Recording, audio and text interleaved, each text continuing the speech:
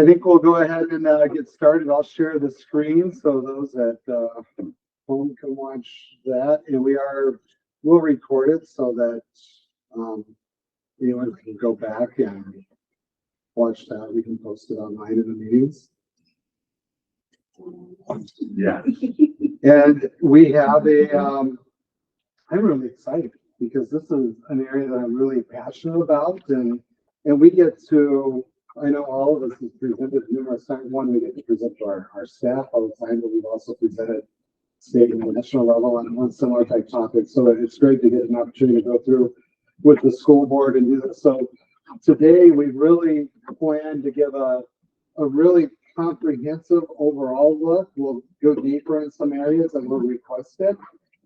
Not because that's why when you look at the slides and the distribution, well, why do we have more on Avid? I think there were more questions related to Avid. What is that? What is it? How much does it cost? So we went a little deeper in that. And since this is, moving forward, we'd like to, and I think this is a decent time of the year, so we can discuss when to hold these annually. But I think just like with our budget retreat, we'll have consistency from year to year, review data points. So it also gives an opportunity, like next year we run board members, hey, I'd like to go deeper in this or that. And also just a reminder, we have the directors rotate on schedules throughout the year. So if there's ever a topic that you want, like, hey, when Emily's up next, would love to learn more about this, or something within Amy's purview or Jones, we can always plug them in. We try to kind of think of, okay, what should the board be aware of? What's a new trend? What's something we're doing? But always feel free to, you can make that request and present at any of those meetings. So we thought, I came to the realization that nobody was here as a board member when I was hired, that Matt stepped down. So I thought I'll do a real quick snapshot because I don't know. I know we've worked together with several years, but give you a little bit about me and my background. Anyone know this was I call it my hometown, although I wasn't born and raised there. I lived all over for a little while. My dad was in the Air Force when I was born. So I was born in South Carolina, moved to Turkey, moved to Logan, Utah, St. George, Utah, out to Ohio for 2 years while I did his dissertation, back to St. George for 2 years, which is by Las Vegas. Then I moved to the biggest inn in the world. Anyone know where that's at? Blackville? That's right, Clydesdale. Nice. Home of the miners. And we would run that for training for football in the summer. That was the big deal. We'd go and run that hill. I'd run it up and and I'd die. And then there was a tight end we had, Bigman, who he would hop up it on the lake. So you play college football? No, I was going to play at Platteville, and then Coach Chris, who recruited me, died my senior year. So I went to school out west. Okay. And I went to Utah State. First, I went to a little, it wasn't little, it was a 13,000 student JUCO college called Ricks. At the time, it was a church school. It's now BYU Idaho. That's where Isabel goes. But I transferred when I was from Ricks. I went to El Salvador for 2 years. I did a church mission down there. Loved El Salvador. What I love about social media and Facebook are my friends down there, the ladies who took care of me and cooked for me. They reached out and we're still in contact. And we were going to take the whole family down there, and then COVID hit, and that's when the lockdowns. We had all the tickets and everything ready to go. This is my family. Isabel, Layla, JJ, who's in 5th grade. Isabel's a freshman. Isabel is a junior in college now, but she graduated a year early last year. That's just that she has so many credits from when she left a year. She was a junior. Layla is an incoming freshman. Hector is a 7th grader, and Charlie graduated not this year, but the year before. She was one of our foster daughters. And then Damon was out of the household here. This is Damon graduating his AIT training, and he's down in Columbia right now in the little Air Force base in the jungle. So.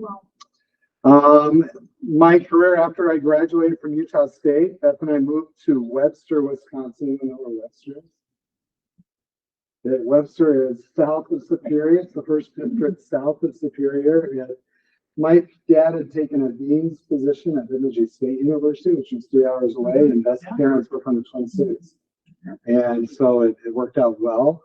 I taught Spanish there. Originally I was going to be a tech ed teacher, but when I went to El Salvador for 2 years, the program completely changed and I still wanted to teach. And that was actually the quickest route. But I always have had a passion for technology education. That's how it started out. Elko Hornets, that's right. My wife affectionately referred to it as El Hole. It's a beautiful area. It's right by where Devin grew up. And Sarah, right? You're both from Anago? How did you guys say it? Elcho. You're talking about Anago? Yeah. Anago. Okay. So Elko is a little town in between Anago and Rhinelander up in the northwest. So if we ever wanted to, we would have to go to Anago for there was a little grocery store. And an ice cream Yeah, shop. it was the ice cream shop. The grocery ice store cream was, shop. let's be honest, the grocery store was a gas station. Oh. So, Yeah, that's true. It was a gas station. Yeah. So, but it was a neat school. It was a K-12 school, very innovative programming in there on early childhood. It wasn't just K-12, but they had on-site daycare because there was a lack of daycare in the community. So they did a community service funded, subsidized daycare where our kids, what was really appealing to me is Damon and Isabel were really little at the time. They were right across the hall and from my office. So I could go and see them in the daycare. Students helped run the daycare and it was a pretty neat program. So really it was at 3 months old, you can go into the school and the kids would be from 2 months old all the way until they graduated in 12th grade. And then I went to New Glarus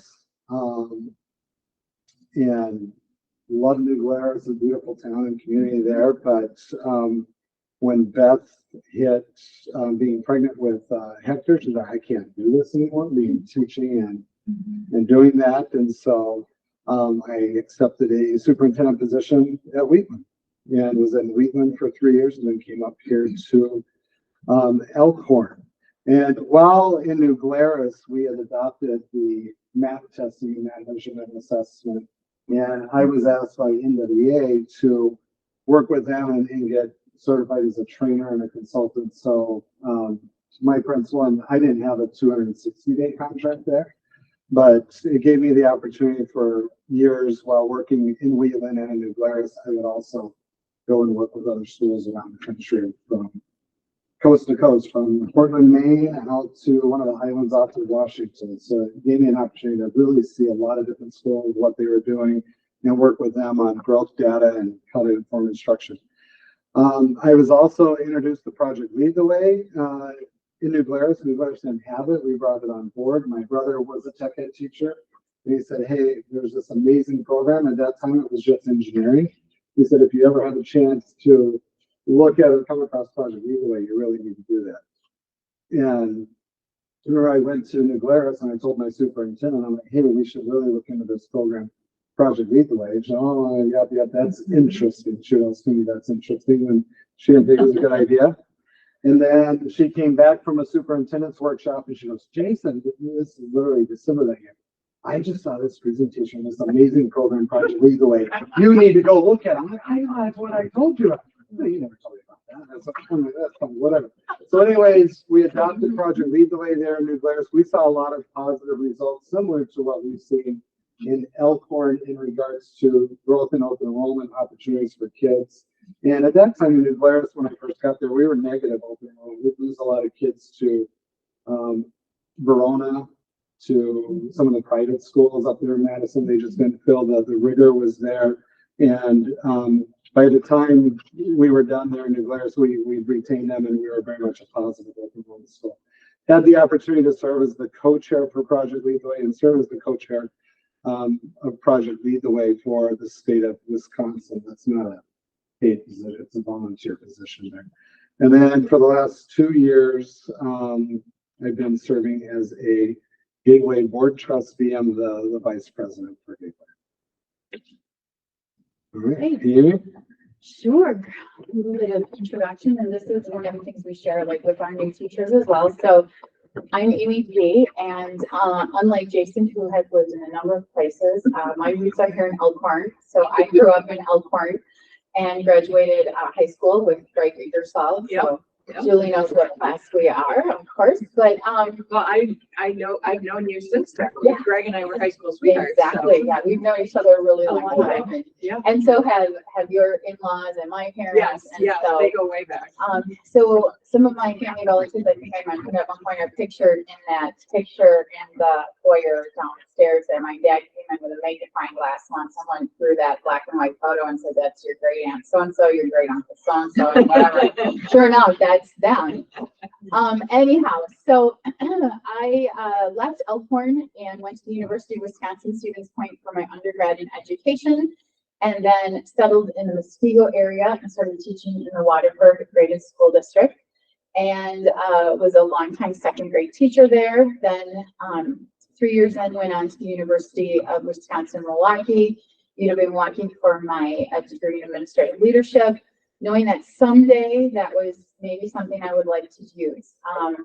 Then met my husband, and then we married and ended up settling first in Lake Geneva and then bought our house just north of town out by Lauderdale Lake. So he had the longer commute to Madison. I had the commute to Waterford. I was happy with that. And we decided it was important to settle near one of our families. And his family is from Spring Green, although he's originally from England. So we had a lot of travel as his parents went back to England after we were first married.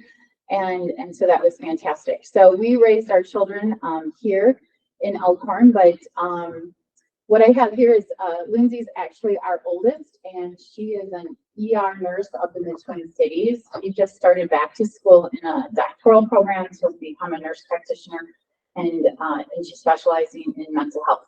So she's juggling a lot of things once again, and she and her boyfriend just purchased, they took a leap of faith here on a duplex. So they have renters on the other side, and it's quite the fixer-upper. So we're headed there this weekend. And my goal is to not set foot in Menards, Home Depot, or any of the following. So anyhow, but we're really happy. And her boyfriend, it's kind of unique. He plays for the Winchell. Does anybody know what the Winchell team is? Is it a farm, like a baseball farm? No, it's a good guess. It's an ultimate frisbee team. Oh, So he plays awesome. for the Winchell, and that is a very popular sport up there. It's a fantastic sport to watch. We probably could implement it here for like $10,000 a year because all the equipment involved is really great frisbees and a coach. But Chicago has a team, Detroit has a team, Madison has a team, New York has a team, what have you. So Nice. it's kind of a big deal up there. So anyways, and then this is our son, Steven. Steven too right now is in Minneapolis. He graduated in 3.5 years from Madison, settled up there. He works for Ameriprise and he's an actuary. He, however, is going to be resettling from uptown Minneapolis to uptown Chicago in the next month, a little bit closer to home where his girlfriend is just north of Wrigley Field. So we're excited to have one a little closer to us, but it's been great having both of the kids together up in the Twin Cities. They're very close and what have you. To give you an idea of, I like to speak of this because our daughter was 2 years ahead. She's a 2016 graduate, Steven 2018. Both, school came easy to them. And Steven was involved in a program where we were able to accelerate him a little bit in math. He was the child who, in his car seat, constantly was telling me how many miles over the speed limit I was going. So we had to move that car seat because he's right. And that was got to be very, like, okay, what else can I be doing in the car right now? And, and so while the school had some good provisions in place, one of my passions in coming here has been to really streamline some of those processes for our high ability students. When my daughter was at the high school, when we talk about equity, here's a white child right here.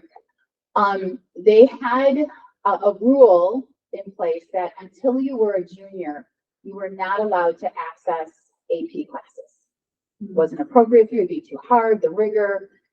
And so she then, and there was a different administrative team in place there, made a deal with the principal at the time. Well, if she could get an instructor to take her on and agree to have her in a class, could she start a class as a sophomore because she had nothing else to take.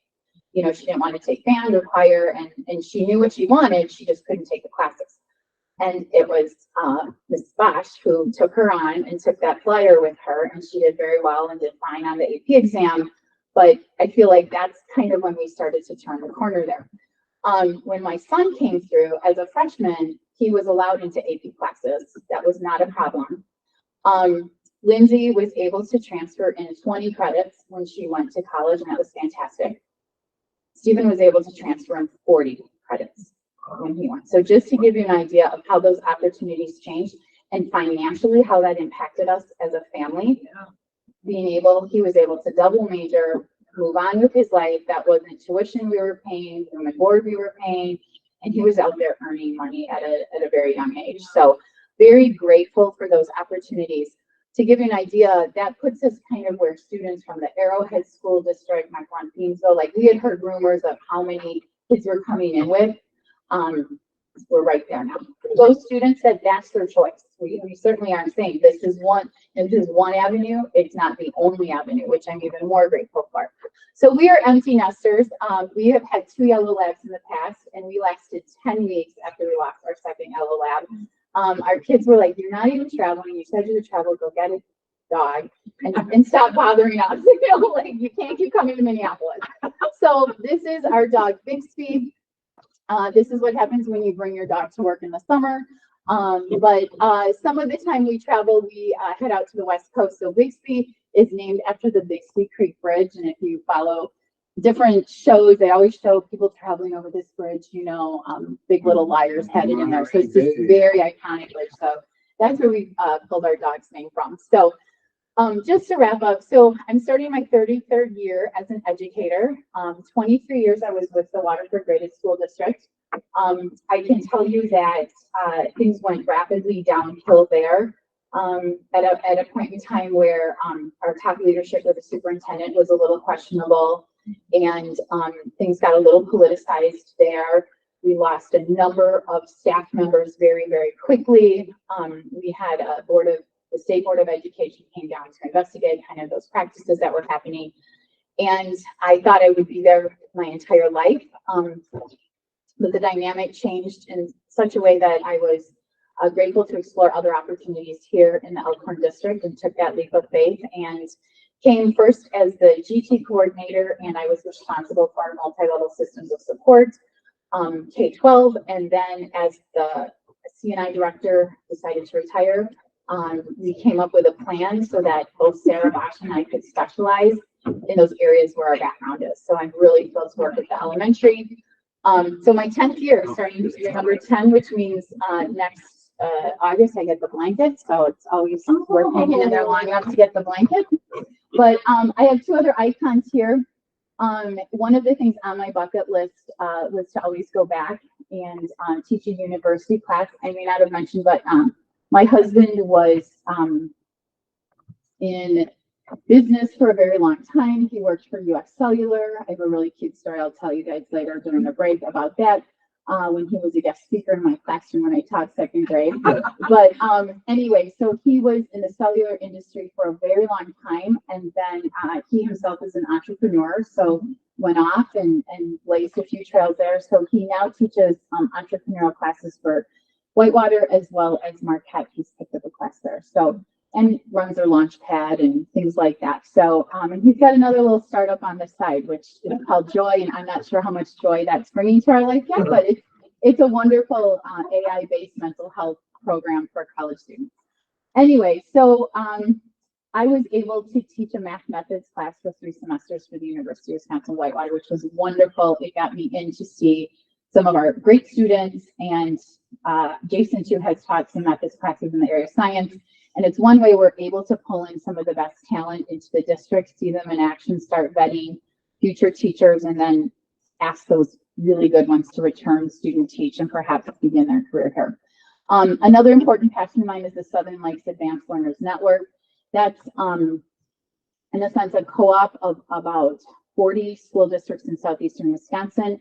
We work together to meet the needs of our advanced learners, our gifted and talented students in this area of the state, and provide a lot of programming throughout. So I spend a lot of time with this organization, and continuing that work with GT, because that's really where my heart also lies. So, all right, I'm going to hand it over to Sarah. So I'll take you in. We do a lot of tag teaming, actually. All right, I'm Sarah Bosch. Let's see, I think I'm gonna start with, I grew up in Antigo, Wisconsin, which is northern Wisconsin. Everyone knows where that is. I grew up on a dairy farm.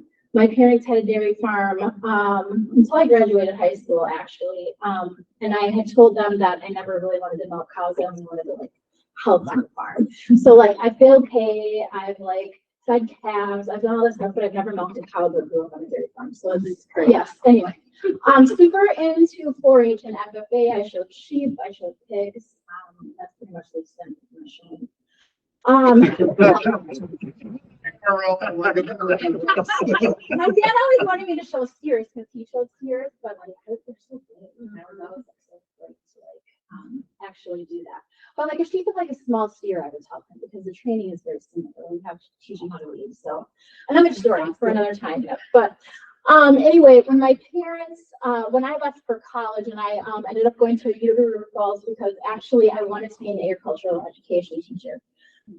Huge believer in CTE, a long line of trades, skilled tradespeople in my family. My grandpa was a contractor. My other grandpa owned a welding business. One of my great uncles owned an excavating business. Let's see. And one of my cousins is an engineer, so like you get the picture, or an electrician, I'm sorry. Anyway, so you kind of get the picture. Anyway, went to River Falls to be an ag teacher and ended up being their social studies teacher. Right? Okay. How did that happen? We know how those things happen. All of a sudden you take one class and you're like, I don't really want to talk about cows. I don't know cows. They're like this other stuff. So then all of a sudden I was like, oh, ag business, and then I'm like, no, I really love social studies. I took a Latin American history class and fell in love with history. And that's what ended up happening. So anyway, graduated from River Falls and got my first full-time teaching job here in Elkhorn. I actually was in one other district before here for 1 year, Ellsworth, Wisconsin. Yeah. I did my student teaching there. I did a long-term sub position there. In social studies, and that was for a man who went overseas to fight in Iraq. So I was there for him while he was overseas doing that. So anyway, came here. I haven't left.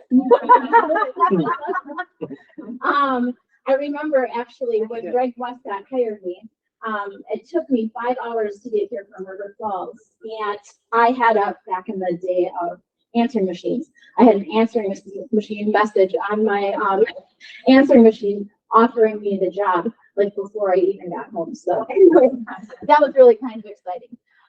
So we moved on here to Whitewater, and I taught at the high school in the social studies department. I taught world cultures in the social studies.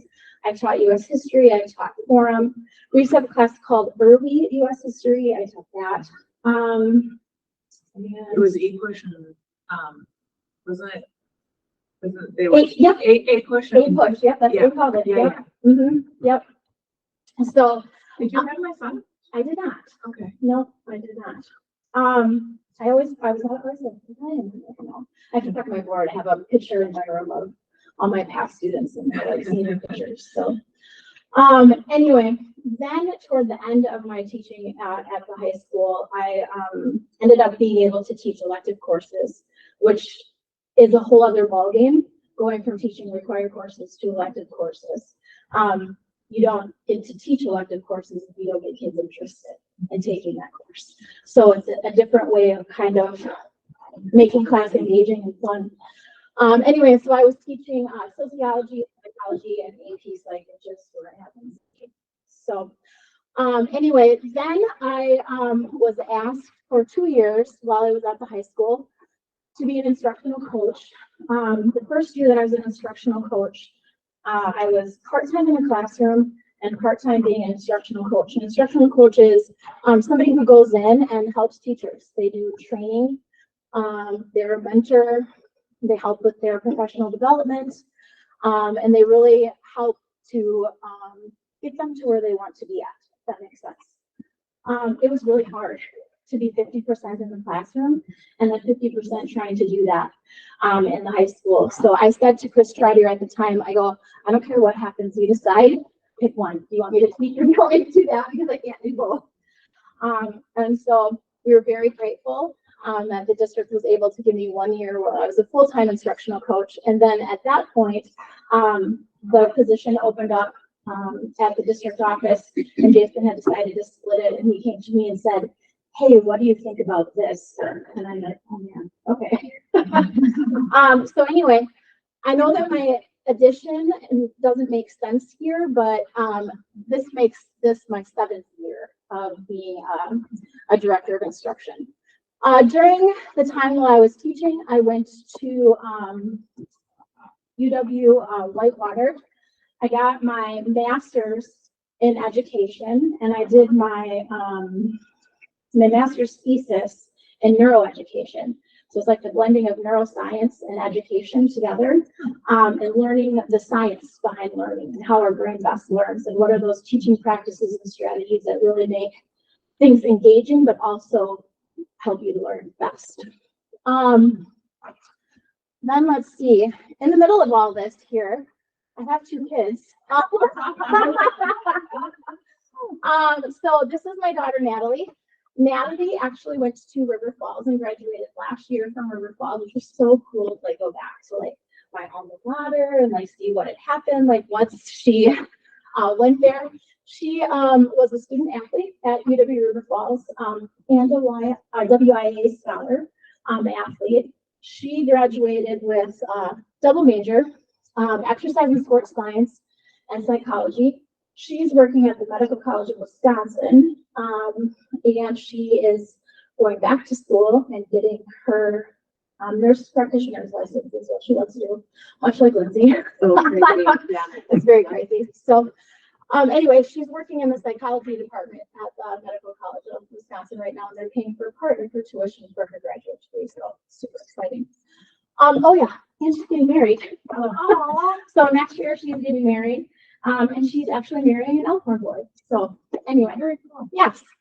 And then this is my son Brogan, and Brogan just turned 16 in May, so he's driving now. And he's a football player, and he also is a baseball player, loves baseball, actually played baseball GTS through here, and then of course through high school.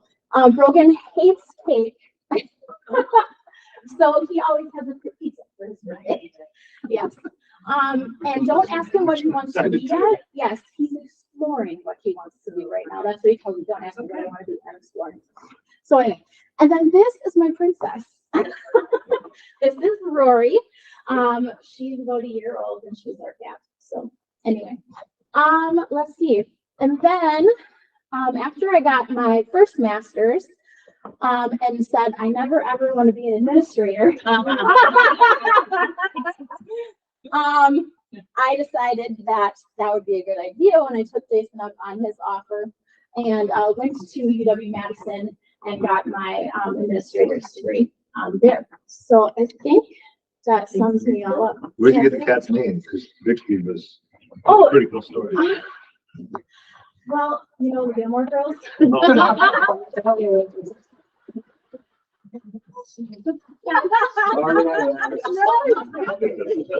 that's why. And actually, I had an approved list of names, and then I gave them to Brogan, and he got to pick from the approved list. That's awesome. So was your daughter's freshman year, COVID year, the 2020, It was their 2021? sophomore year. Okay, so Yeah. she was at school the same time Ross was. Oh, really? Yeah, Ross graduated in 21. Okay, yeah, Yeah, And I so never did he did come home? Because Natalie came home. he did. Yeah. Yeah. Yeah, I mean, he And was, that was an adjustment. So Ross is from Elkhorn, but And he's it's not cool. marrying Ross. no.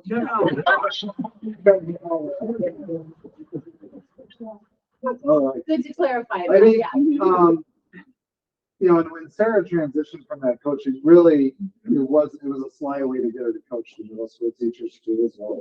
There we go.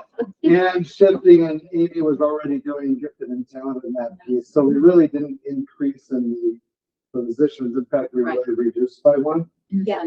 because Sarah shifted over and filled like Kathy's, and that position was collapsed down. So we've been creative in a lot of aspects or ways in handling those type of pieces.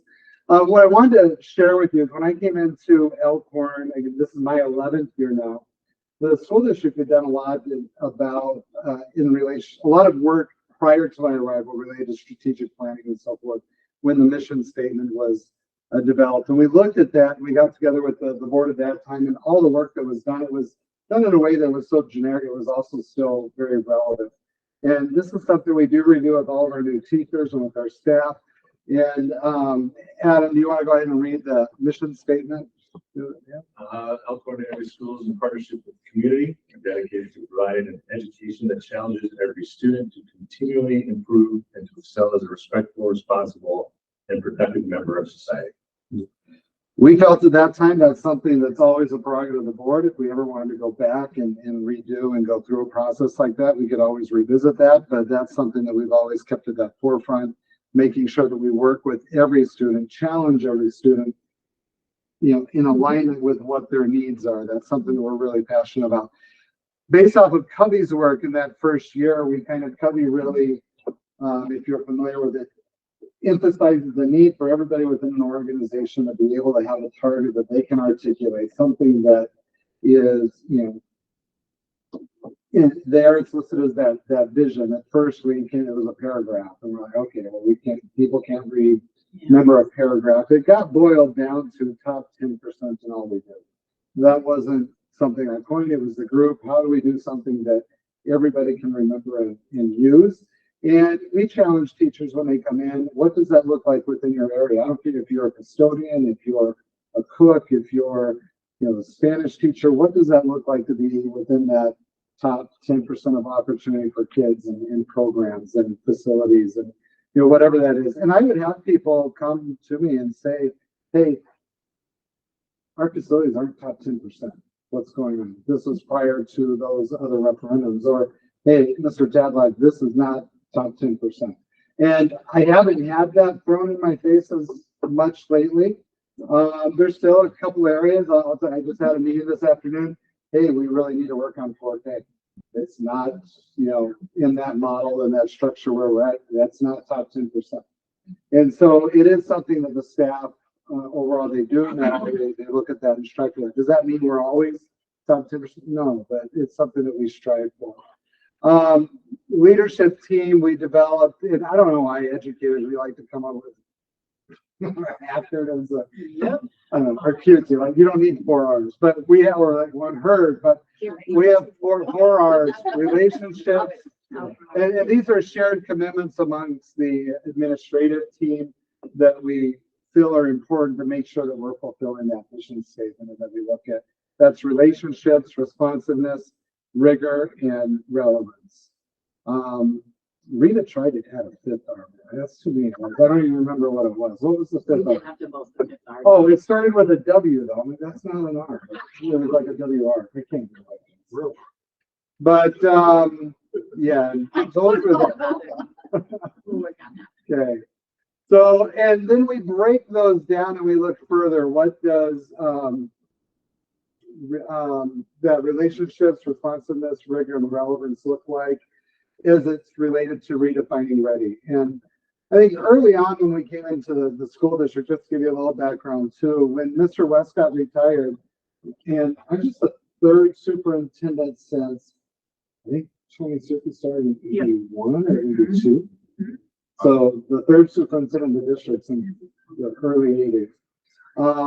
So there's been a lot of consistency there. The board has been a very consistent school board as well. But one of the things when Redefining Ready launched, that was something that we really wanted to look at. But when I first came to the school district, there were 7 principals that all resigned, took other positions in that first year. So I was hired, and then by August of that first year, we had 7 new principals, which we haven't had turnover really since then.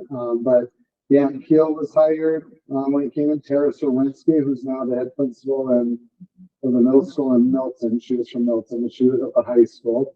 Brian Frost was hired as the head principal at the middle school. Dan Keel was hired as the associate principal at the high school. Who was the assistant? Adam Brettel, who's now the head principal at Lakeview Elementary, was hired. that year as well, as a head principal. And Kelly had just been hired the year before I got here. So there was a lot of turnover and transition. And one of the first things that Chris did, I knew Chris from Wellmont, but we never really hung out much. But my school district in Wheatland was a feeder into Wellmont. And so one of the first things we did is Chris was like, hey, I really think from a vision standpoint and what we could do at the high school, we should go down and look at Hersey in Illinois. And I said, well, I don't know where Hersey's at, but I really wanted to go to Wheeling High School, which has I had a connection through Project Lead the Way. Les Lopez, he's a leader in career technical education and integration at school. And Chris was, well, Hersey's like a leader in top ACT scores in Illinois and in college prep. And like, okay, fine, let's see where that, they'll go from the same district, District 214 in Illinois. There are two high schools, they're 2 miles apart. So we went down and we set up Chris, his contact at Hersey, my contact at Wheeling. We went and did a visit there. And then we also did a subsequent visit. And it was amazing the difference of these two high schools within the same school district. If you wanted to go to a four-year college, you went to Hersey High. If you wanted to go out and you wanted to get your trade certifications and that employability piece, you went to Wheeling High School. There, the Redefining Ready, which is a national movement, was born out of District 214 in Chicago a few years later. But we left and we really felt that, you know, the best thing that we could do for our community, our school district, it's not either or, it's both. And how do we integrate and create a high school and opportunities and provide those for all students so that they have that opportunity in those pathways, because it shouldn't be a choice either or. It's just prepping for that post-secondary readiness. So out of that work, and these are more recent, you may see these around the schools, but these are outcomes developed by the school-based leadership teams. And so what do we want those graduates to have? And we found, you know, that profile of the graduate. Let's go. Hey, Devin, do you mind reading the bullet points on this one? Sure. Demonstrates the ability to work independently and collaboratively within a group to promote learning, increasing productivity, and achieve common goals. Apply coursework to real world situations. Demonstrate skills required to overcome obstacles and maximize talent. Understand local labor market data and trends, and apply these factors to your career interests. Develop employability skills. Communicate personal portfolios. Develop financial literacy competency. No. So we've done a lot of work with local business partners to identify what are those What we needs. can read once in a while. What do you know, what do you need? What do you see? And that's really these employability skills. And we're not going to, there's so many areas we could go deep on a lot of these, but I think these are areas we really excel in and took feedback from our local labor market. I was at a meeting where they said, I need employees who show up and show up on time. It's done to that point. And our financial literacy competency, that has been a district requirement well before I was here. All students are required to complete a financial literacy course. They also do a lot of other work in that. As far as being resilient, Ed, do you mind reading that one? Sure. Manage one's health and support of and the well-being of others. Be respectful and empathetic to others. Set personal goals and apply effort to continuously improve. Demonstrates use of good judgment and positive decision making. Acknowledge and understand diverse perspectives and cultures when considering local, national, and world issues. Demonstrates service to community. Any questions or Kevin? And develop strong foundational skills, demonstrate flexibility and the application of skills, engage in rigorous academic challenges, reflect and critique ideas, build on knowledge, and apply to new situations, engage in complex problem solving, inquiry, and design of innovative solutions to overcome obstacles or to improve outcomes, and evaluate ideas and information sources for validity, relevance, and impact. Right. And then Julia on the communicator.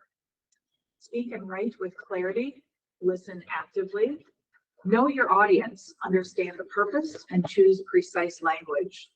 If appropriate, incorporate media to enhance ideas and demonstrate digital fluency. So again, these are the outcomes that we shoot for having, you know, those skills and those competencies with every student who graduates from Elkhorn. Of course, that's going to be varied to what level. A lot of those are also embedded within state standards and those components. They're areas that we're supposed to work with, but they're also skills that the workforce and being future ready has identified. In regards to redefining ready, that's I'll go into a little bit of, again, it was adopted by the School Board of Education several years ago. Here's the target that we want you to really shoot for from a school district goal standpoint. There wasn't specific, like, we want this number, we want that number. It was, go and look, improve in these areas, and we recognize that that's important. We aligned our school improvement plans to it. We reported to the stakeholders. We have the Redefining Ready report cards now, which are available on our website. You might notice on, I don't know, it's a little snarky comment that I put on the Wisconsin State report card, because you could put a comment on there, but I put a little comment on there on how we focus on the Redefining Ready report card. And here's a link to our dashboard if you want, because kids are more than just a test score. And the board is That's one exactly exam what and it one says. test. Kids are more than a test score, exclamation point. Okay. And that is the foundation, and it's research-based, identifying what do kids really need to be successful in college. I've known, as a foster parent, lots of kids who could score really freaking high on tests, but they failed in many other areas. And or vice versa. I've known kids who just couldn't score well on tests, but they had a lot of other competencies.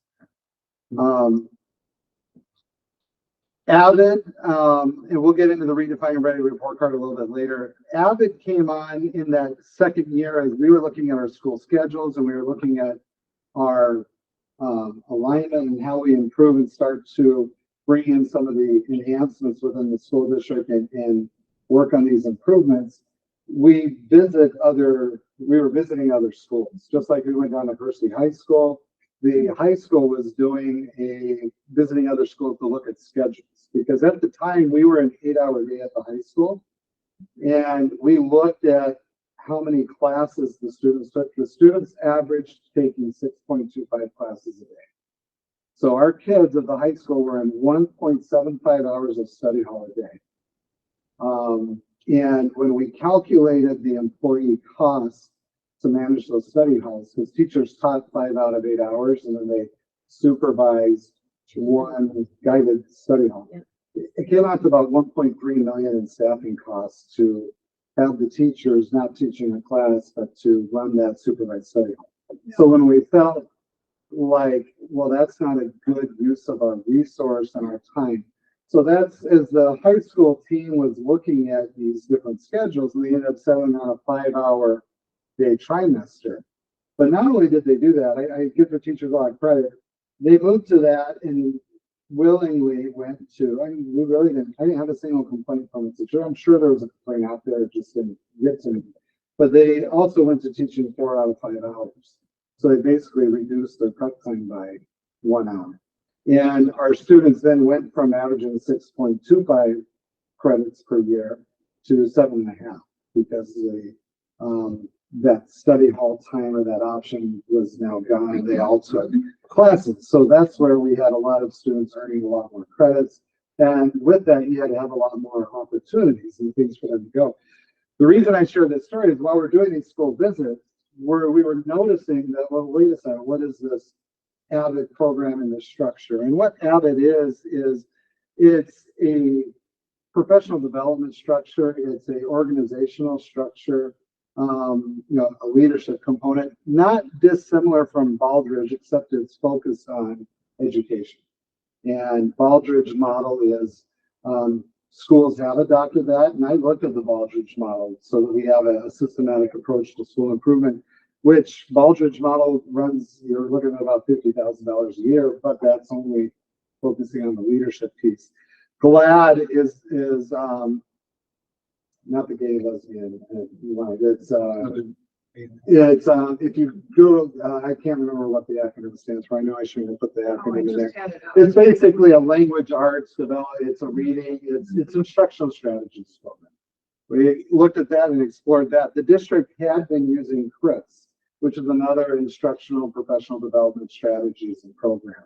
And we would bring in different speakers, different professional development, all of that. But what we found, what we like with that is there's a direct correlation between top achieving schools in the state using that program, that structure. So that's what piqued our interest. And then we went and visited schools in Illinois and around the state. And Greensville was one.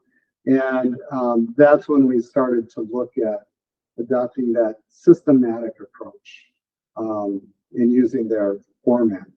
So wanted to share this video. This will give you an overview of what Avid School Wide is and what that looks like.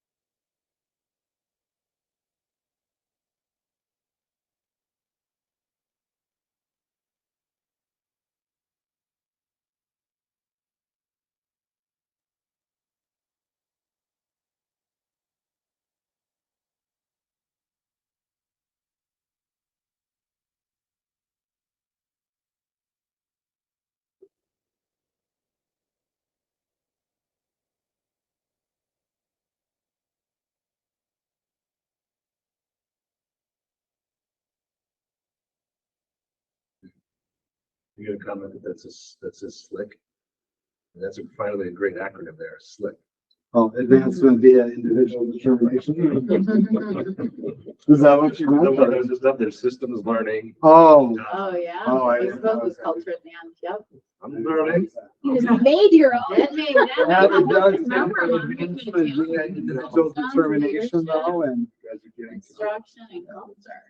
questions and related, that's why when we went and looked at Avid, we did adopt from a district-wide model and made that our systems approach. It's our professional development for teachers. I think it leads to confusion when they say like, oh, Avid strategies. The reality is a lot of these strategies, they're teaching strategies, they're instructional strategies. Avid did package them and they do train teachers how to use them, but they're highly effective teaching strategies. And prior to this, the district did work with that. Chris is a package of highly effective teaching strategies. And the district would contract with Chris trainers and bring them in and train the trainers and work with teachers on how to use those. I think that overall district organization standpoint, and I think that kind of speaks to, we don't send enormous groups to that summer train now because we have hit a critical mass where a lot of them have had that basic, but we continue to use that model of a dozen to 15 or so a summer, then they bring that back. When you look at, we have 250 teachers, it's kind of dispersed on those teams, but it's that train the trainer and then just keeping people up to date. So we have that critical mass of that understanding of what we're doing with students in those classrooms. Any questions on that? I know we're going to go much more in depth into Avid and what that looks like. Why did he call it an elective? So we'll go into that Okay, later. yep. There's an Avid elective, which is a special class for a certain type of student that fits certain criteria. There are students who have, I would say, It's the classic academic underachievers. What? it's the academic middle is what we call it. We don't tell the students that you're an underachiever, but it's students that, hey, with support, we can get you. You said we're gonna go into Avid pretty. Yes, Yeah. we'll go in that. All right, so now all my questions I can. Okay. That's like our avid. So Project Lead the Way, the school district the school district had Project Lead the Way engineering. When I came over to Elkhorn, what we did differently is that second year, our science at the time, it was based out of, workbooks and books. It wasn't terribly systematic and critical, or not critical, but, engaging. It was, kind of traditional, label here's the flower parts and so forth. It was very little. I mean, it was one or two classes. Even at the elementary level, I remember when when we went in for Meet the Teacher Day, and she had the schedule up on the board, and this, very lovely lady, sweetheart. And my wife, who's a science teacher, a middle school science teacher, and had taught elementary, she looks at the schedule and she's like, why science we have there 2 days a week? I don't know. You're superintendent. I said, ask the teacher. She asked the teacher, she goes, oh yeah, I have a master's degree in English arts, and I just love writing. We're gonna do lots and lots of writing this year. Well, my son really loves science, and I'm a science teacher. I think science is pretty important. Oh, that's okay. Yeah, they'll have it 2 times a week for half hour.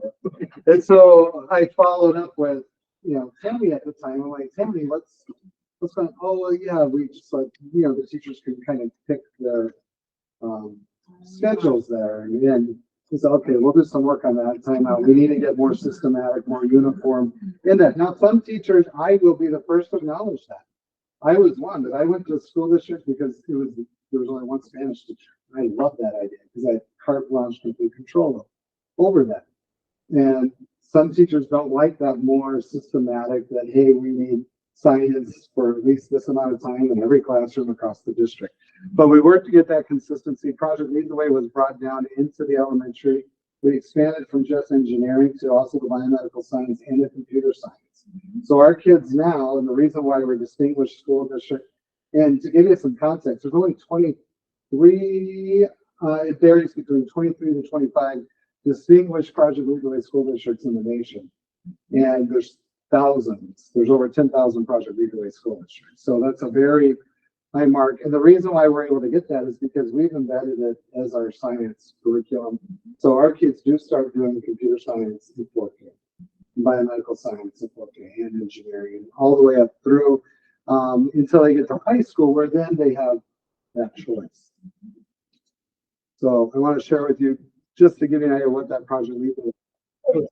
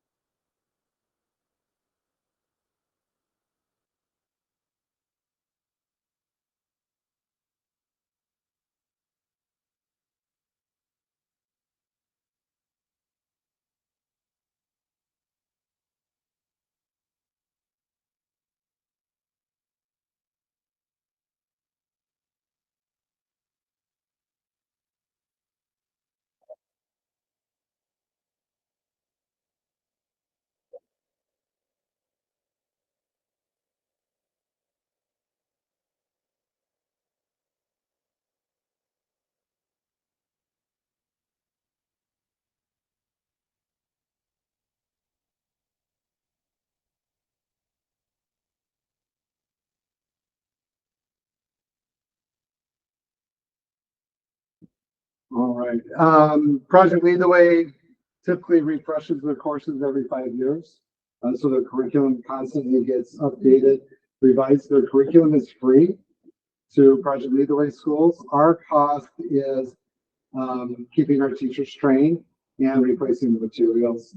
They actually negotiate. Autodesk is a very expensive software, but they did a sweetheart deal on Autodesk and so forth. So it's you'll hear schools say, yeah, oh, we can't afford to do Project Lead the Way. I'm not gonna, it takes there's a fiscal commitment there, but they're a not-for-profit organization. They're not taking the money. All those sponsorships, they're getting the money from them to backfill for their positions. And then our fees just pay the materials and the licensing contracts that we do. And you don't even have to go through Project Lead the Way to buy that stuff if you don't want. You just can't get it cheaper elsewhere because that's partners with them that have the cheapest price there. But I have done trips to Home Depot, Lowe's, things like that to get materials at better prices.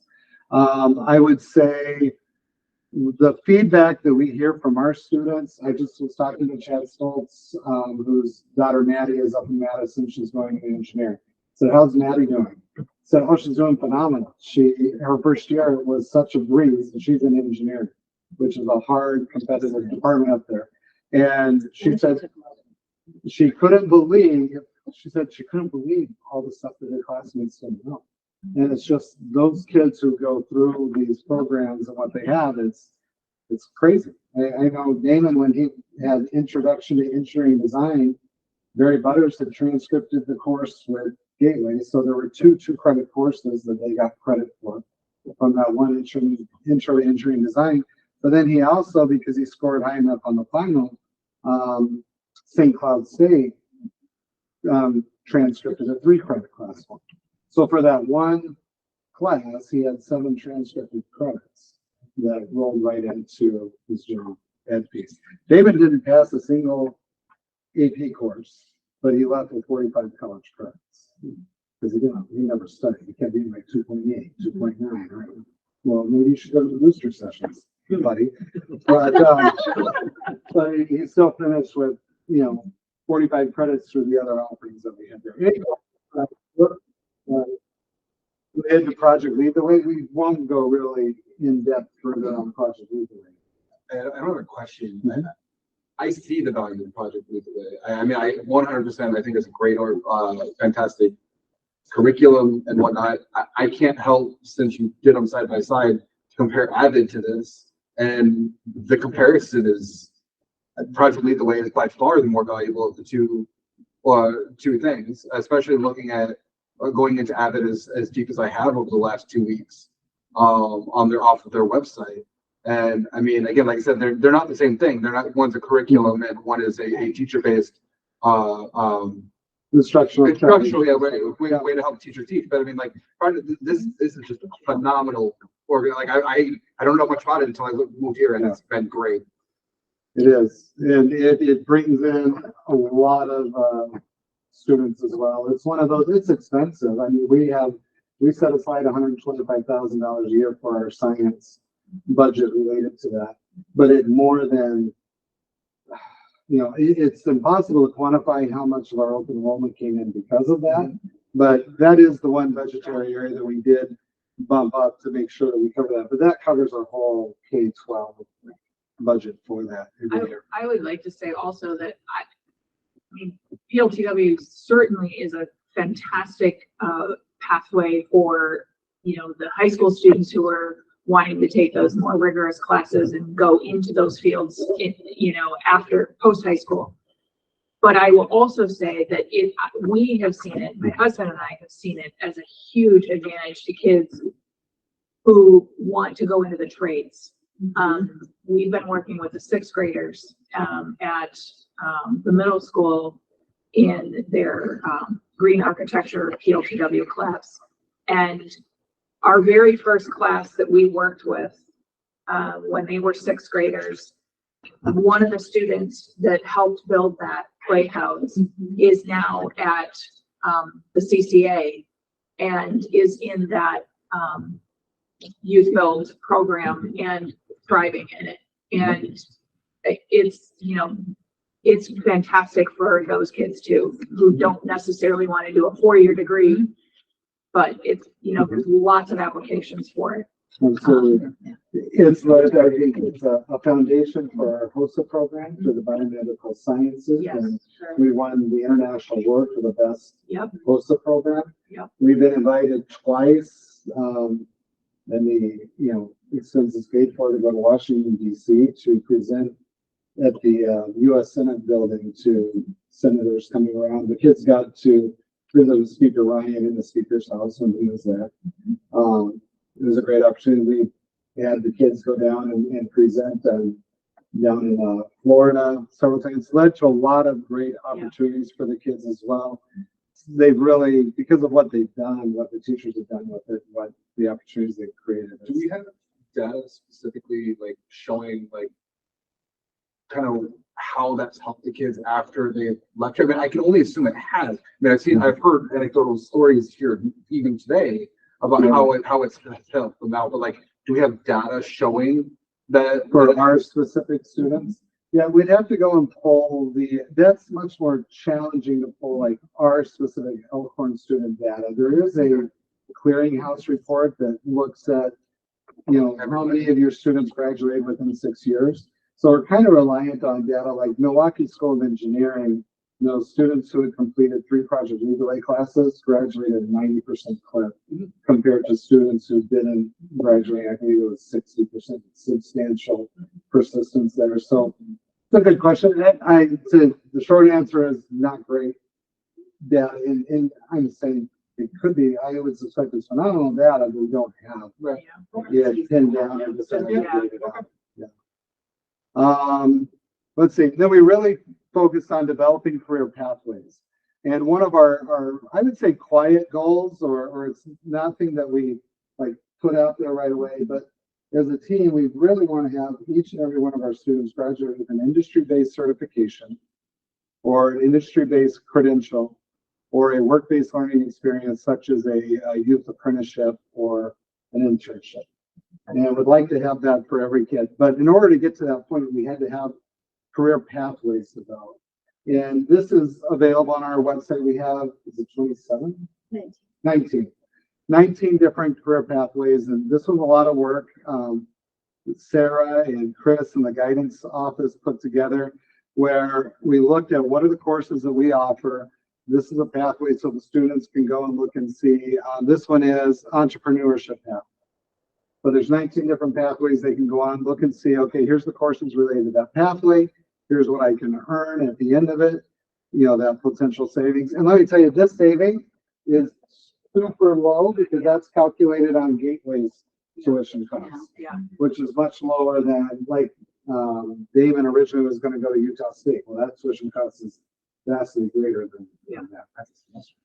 Yeah. So any questions on those two before you go to the overall school performance review? Wanted to introduce, I believe this is the last video, right? Redefining Ready. This is the last. We have some optional ones at the end you can watch on your own, but this is Redefining Ready. I think this gives you a good overview of what Redefining Ready is. And may have mentioned, or you may have heard last year, we had 60 plus superintendents from Minnesota come down and visit our school. The reason they came down, they called CISA 7 because Wisconsin's really out in front on Redefining Ready and kind of known nationally for that. And when they called CISA 7, they said, we want to bring this group and see what schools are really nailing it. We were one of the 3 they said we should go and visit them.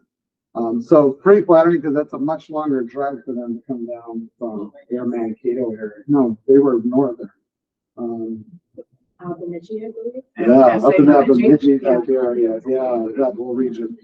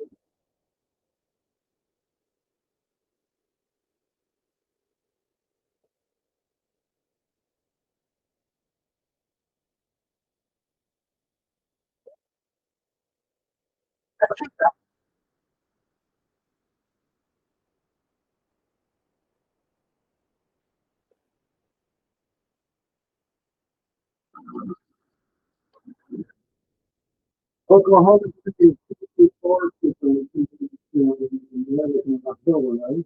It's a lot of states to drive through to get here to visit. You'll be up here and visit us in October. In Melbourne? Yeah. Are they gonna, I'm sorry, what? are they gonna go to Pecatonica too? I don't think so. One of those girls was from Yeah, Pecatonica. Jill's not Well, there. she's the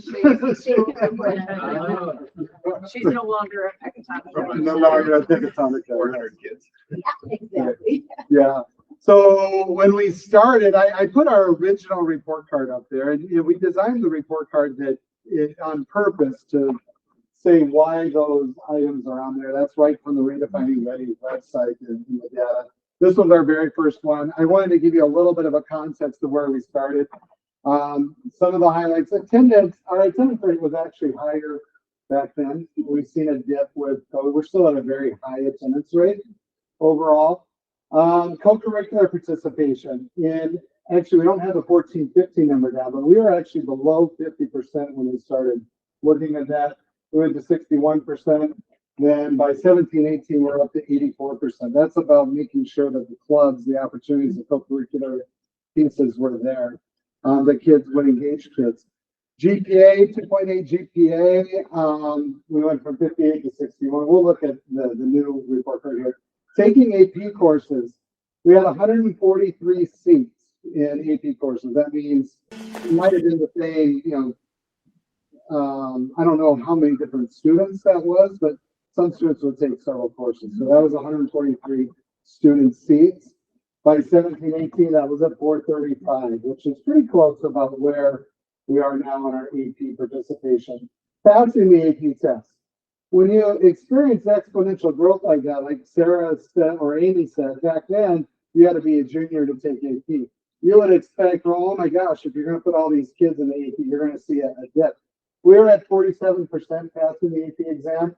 It actually went up to 59% in 17-18. Wow, almost quadrupling the number. Dual credit college classes, 473 to by 2017-18, 992. Just remember 473. Percentage of students taking college credits, 28% is our starting point. Within 3 years, we're at 71%. C or higher in Algebra 2. It was right around 84. It was a decent high level there. It stayed pretty consistent. You can see the percent of ACT scores and where that breakdown is. And then industry-based certifications, 30 in 2015-16.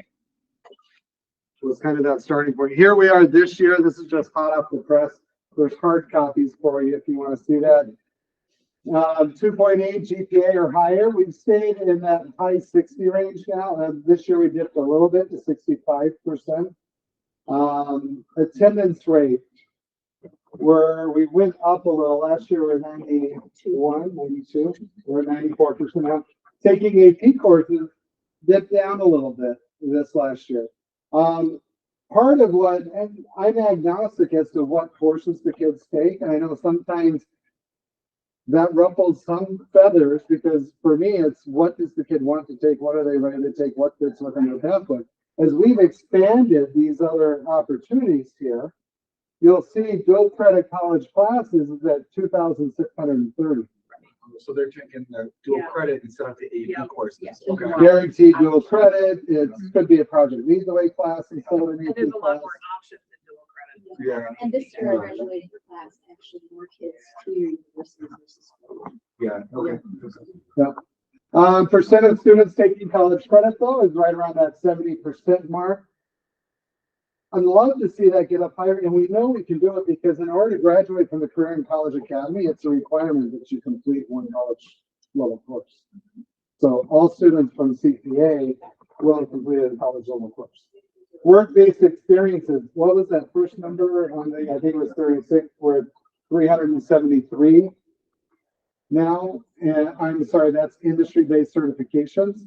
And we received the I don't know if it's gone through yet, but the rumbling is they're going to move it from $1,000 per certification to $2,000 per certification. But that doesn't mean that we got $373,000 because it's when they graduate as a senior, and if some kids are graduating with 3 certs or more, you only get One paid for per one. student. Yeah, one per student. Yep. All right. Any questions on that redefining ready dashboard? Right. National average for AP tests, it varies depending on the test, but right around 50% is that national average. So for us to have a very high number of students taking the AP exam, what's considered a really good ratio is 1 per graduating senior. So our graduating class from the high school is about 250 students.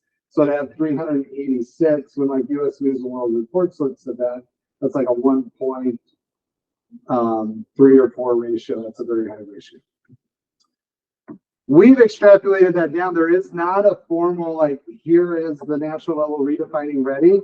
But you heard them talk in the video that they're working on coming up with middle school and elementary. What our teams did, and the information is there for you to look at, they pulled over what they felt were the relevant, aligned type skills or measurable items to look at those different grade levels. And so that data is there for you to look at, and this is elementary as well. Looking at it from a redefining ready piece. So we do look at the academic achievement component of that, and so does redefining ready. They do look at ACT, they do look at GPA, they do look at how they do in Algebra 2, but they integrate other components as well. That attendance rate, there they show self-regulation, career exploration. Okay. Any questions on redefining ready? Okay. Bear with me as I go on this soapbox. I think this is one of the most important things to understand in education, and it's one of the most misunderstood.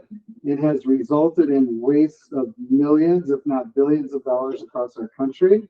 And I've made the mistake as well as a new principal, where we spent hours and hours in Elk or in New Glarus before we adopted the math testing, thinking that, gee, our math is really lacking because every year we're 10 percentage points behind reading and math. We've got to address math. We need to look at a new math curriculum. We spent thousands of dollars on this adoption because we felt we really have this gap in math. We see this, you guys have seen these news headlines. Fewer than half of Wisconsin students were proficient in math language according to 2022 standardized tests. Abysmal reading scores in Wisconsin, causes, effects, solutions. We hear this, our teachers hear this. Where do you think we rank on proficiency in math in the country? Oh, according to Wisconsin. Wisconsin. They're fewer than half are proficient. Being in the bottom third, top third. Okay, reading. Yeah, we'll look at that. So and keep in mind, yeah, Wisconsin percentage of students who are considered proficient in Wisconsin, 33%. There's 2 states that perform, this is based on the NAEP cut scores, the NAEP exam. We can click on this. We can just go right to their website. So if you want to play around with this, you can look at this. Tony Evers, I've had the chance to meet him several times. He was friends with my former superintendent. He's a nice guy. I worked with him as state superintendent through the Project Lead the Way leadership team. But he made one of the dumbest decisions ever in education, I feel, when years ago, and this was when I was in Wheatland at the time. And my first 2 years in Wheatland, proficiency scores, like in Wheatland, we had 94, 95% of our kids were considered proficient. Elkhorn had around the 90s. Paris, where your uncle's at, would have 100%. And the superintendent from Salem would always give your uncle crap. He'd say, come on, you got at least one pencil chewer in that school. But they would literally get, in some grade levels, 100% of their kids were considered proficient. So what happened now, if you go and look at Paris, I'm sure the proficiency is really high, but it's probably around 50%. So what happened? Paris gets stupid? No, not at all. Tony Evers adopted the NAEP cut scores, which were this arbitrary number that NAEP, which is this international organization, decided, well, this is what we think proficiency should be. And a lot of states around the country adopted NAEP, but not all of them. So when you hear like, oh, Texas has achievement rates up, they don't use NAEP. So if people say, well, Texas has 55% of their kids proficient, they don't use the same cut scores. So you're not comparing apples to apples. So this is in reading. Let's look at math. Let me see, mathematics, here we go. And again, this is 4th grade. Here we go, 1 significantly higher. Oh, 1 jurisdiction, I should tell you. The previous one was 2. One of them was the Department of Defense scores. And this jurisdiction, one that's higher, I think it's Department of Defense, the ODA. Is the only jurisdiction higher. Statistically, relatively higher. Let me go back to reading. Where's Mississippi? Mississippi is below it. I know. Significantly. That's what I'd like to. So this is the irony, where I know where Amy's going. We're going to adopt this reading model based on the outstanding reading in Mississippi. They're in the bottom third of the country. Right. But guess what? They did improve some. They went from the second to last to still being in the bottom third. They're not even close to our achievement levels. I know, when I heard it was coming out of Mississippi, I was like, Yep. So give you some more context on this. So when you're looking at ACT, and you can go out and get this data, I just pulled this right from the ACT site. ACT scores national ranks, and sometimes you're like, oh, gee, you know, an 18, that really kind of sucks. Someone might feel that way. No offense if anyone got an 18. That's 55th percentile in the country, meaning that you scored as good or better with an 18 than 55% of the kids who took the ACT. So I think it's important to have this context. So when you look at like how are those students doing and what is statistically relevant growth and gain and what's a reasonable expectation. So when you look at the graduating class of 2022, Wisconsin requires all students to take the test, but we have a law that you can opt out, and that is becoming more and more common where parents are like, well, I don't want to make it take ACT. Fine, you don't have to a take lot it. of colleges aren't even requiring ACT or They're not, SAT. yeah. Never took it. Went to college, got Yep. a triple major. I'm good. Yeah. So when you look at these states though that are in, and ACT says, look, you shouldn't compare like Wisconsin to someone that only has 50% of their kids take the exam. But when you look at all the states that 90% or more take the exam, we're number 2 behind Utah. Prior to us requiring all students to take the exam would be going back and forth with Minnesota, number 1 and number 2 in the nation. Highest achieving state in the country. Yeah, when you look at the news media, you feel like, holy crap, it's a crisis. What's going on with the state of Wisconsin? Now, I will say that our Black students in the state of Wisconsin have bigger achievement gaps than Black students in other major cities in the country. So what I would say to that, though, is that's also a statistical anomaly. Because what does Milwaukee have that other large cities don't have? They have the 280 program, which originally said if you're in Milwaukee, you can ride a bus and you can go to Shorewood. You can ride a bus and go to Mecklenburg Gainesville. You can ride a bus and go to the suburban schools.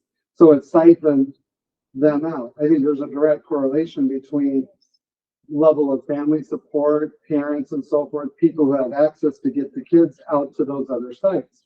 So if you siphon that group out, Yep. I don't want to say the best, but you siphon that group out and then you open a huge voucher program. This isn't being critical of it, but you just got to account for, well, that's another whole segment of kids that are now leaving. And so when they're looking at that gap, they're looking at what's left in Milwaukee there. So this is important context to have. These are, NWA does a study. They look at it every 3 years. They realign to what the Wisconsin board exam is. And they look at what did kids who scored proficient, what was their percentile rate? And this is what I didn't understand when we made that decision in New Glarus, that, hey, our math, what's wrong with our math? We've got to get better. Well, when we got this data, and at that time, it's actually flipped in Wisconsin. Now math is a lower cut score than reading, but back then math was 10 percentile points harder on average to be proficient. So this is grade by grade. This is when they come in the fall, but you can look at it as the winter and the spring. We can tell with the 90% accuracy whether the kids in the fall are likely going to be proficient in the spring when they take the exam based on their data that they have. So looking at this 67th percentile in third grade, 65th, 65th, 66th, 64th, and then in eighth grade, it jumps up to 68. When you look at the state report cards, middle schools get impacted. Middle schools that have a grade makeup of 6th, 7th, and 8th grade get impacted really negatively on the state report cards because one of their scoring is they look at, are you projected to stay proficient for the next 2 years? Or are you falling off target? And so that's how they calculate the growth score. And so when they look at this, you have to be on target. I might come into 6th grade there, but I have to be on target to surpass that 68th percentile. When you go to math, it's even worse because that 8th grade cut, it goes from 57th in 5th grade to 74th. That's almost a 20 percentile point jump by the end of 8th grade. They just haven't, they're not equal intervals. So looking at the average that you need to be at, you need to be in the 67th percentile to be proficient in reading in the state of Wisconsin. And you need to be at the 64th percentile on average to be at proficient in the state of Wisconsin. So if we go back, do you remember what percent of Wisconsin students were proficient? 33. And we're actually doing quite well in math because I think it was 45% were proficient in math. That was 4th grade. 8th grade has a different number. And I told this to the legislators. I talked to them. Oh, you should talk to the education committee. Yeah, let me talk to. And it's not because, of course, we want to continue to improve on the reading and that achievement, but statistically, that's right where it's at. Now, as a district, we're higher than that 33%, quite a bit. But is it statistically possible to even get to 80% when 80% of your kids above the 67th percentile? I don't know. It's a pretty challenging endeavor. So looking at the report cards, and again, when we look at these, I'm going to say this disclaimer, you cannot compare this report card to this report card, but we still will. But you can't because they're not even using the same exam. They're not using the same cut scores. There's been 3 different exams from the time this report card in 12-13 was there and this. They also realigned the scales in what was meets expectations and what was exceeds expectations. You can get a little bit of a feel from where they are. You still meets or you now exceeds because they tried to keep that consistent. But this is what our state report cards look like. You can't even compare 2 schools within our own school district to each other because they use different metrics for each school. So at the Elkhorn Area School District, here are our priority weight areas. They have achievement, growth, target group outcome, and on track for graduation. If you go to Delavan, this pie will look different based on their poverty rate. And they weight things differently. And they used to put a little disclaimer down there. you can't compare schools to each other because they're rated different. You're not looking at apples to apples. So just to, Elkhorn's always been a solid academic school district. We were meets expectations. Now as a district, we're exceeds expectations. We were exceeds expectations at the high school. Now we're very high in that exceeds expectations area. But see how this pie changed? Yeah. From the district. Here goes, the pie changed again for the middle school. We were meets expectations, and there's that hit. We're still meets expectations, but you're right. It's bad the way, and if you go and look at the 6, 7, 8 schools, you'll see bad or what are low middle school scores based on that nuance on how they get hit hard on that. That's Westside Elementary, but if you go to the K-8s, they look great because they have a different runway on that projection. Let's see. Westside exceeds expectations. They meet expectations. Again, a different pie, priority weight areas. Our school that got hit the hardest in this formula redistribution was Jackson because they have a high poverty rate. They had a high achievement rate. But the way the formula changed, it gave more weight to growth. And when you have a higher achievement, sometimes it's difficult to maintain that higher growth. Right. Timmins significantly exceeds, they used to exceed expectations. And here's Jackson exceeds expectations, they used to exceed, but you can see how that weight area on growth is just huge. They would be better off if it was more equally divided. So that's why I don't put a whole lot of weight and we don't spend a whole lot of time, aside from the fact that that's year-old data. That wasn't data from last spring. So we can't use it for our summer work going into the year. We still haven't gotten this year's report cards. Another one that I don't put a lot of weight in, but it is marketing, and we do well with this. A funny story is at the superintendent meeting, and the Badger superintendent emailed his marketing person, "Hey, we really need to get this out there because the U.S. News and World Report came out and they are 158, I think." And and she sent back a copy of our score. Said, "Yeah, it really doesn't look good." So we will have that out there. We're in that, typically in that top 60 range. But what frustrates me is this portion right here makes up 30% of their algorithm. Its college readiness makes up 30%. They only look at International Baccalaureate and AP. If they looked at dual credit, Right. we were told by Forecast 5 that there's no high school even close to us on the number of students taking dual credit classes. With that college readiness score, we'd probably be easily in the top 10 in the state if they encompassed all of it. But they only look at AP, and I'm not going to ever say, "Oh, let's just pump them more in AP." That's not our goal or purpose. Right. It's just an afterthought. So I want you to know, we'll probably sit in this range because our AP is kind of plateauing at that number because we have so many other opportunities.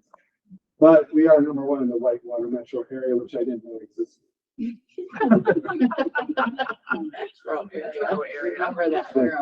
Parent survey. We survey our parents every year. We thought it would be great to share our survey data with you. And to be honest, it really hasn't shifted statistically significant from year to year since we started doing this. The margin of error we sent out about 7,400 emails. We only get back it was right around 300 this year. I just put this calculator in. Margin of error is 6%. They say, an ideal sample size 258. Above that higher, but that gives you a little bit of an idea. And these are going to look almost identical across the board as we go from one item to item. So I'll go through them quick during the presentation. Family feels included in the school. This is strongly agree. A 4 is strongly agree. 3 is agree. 2 is disagree, and 1 is strongly disagree. We purposely put it on a 4-point Likert scale. That's found to give you a better perspective of where people truly are. Forces them to make a decision.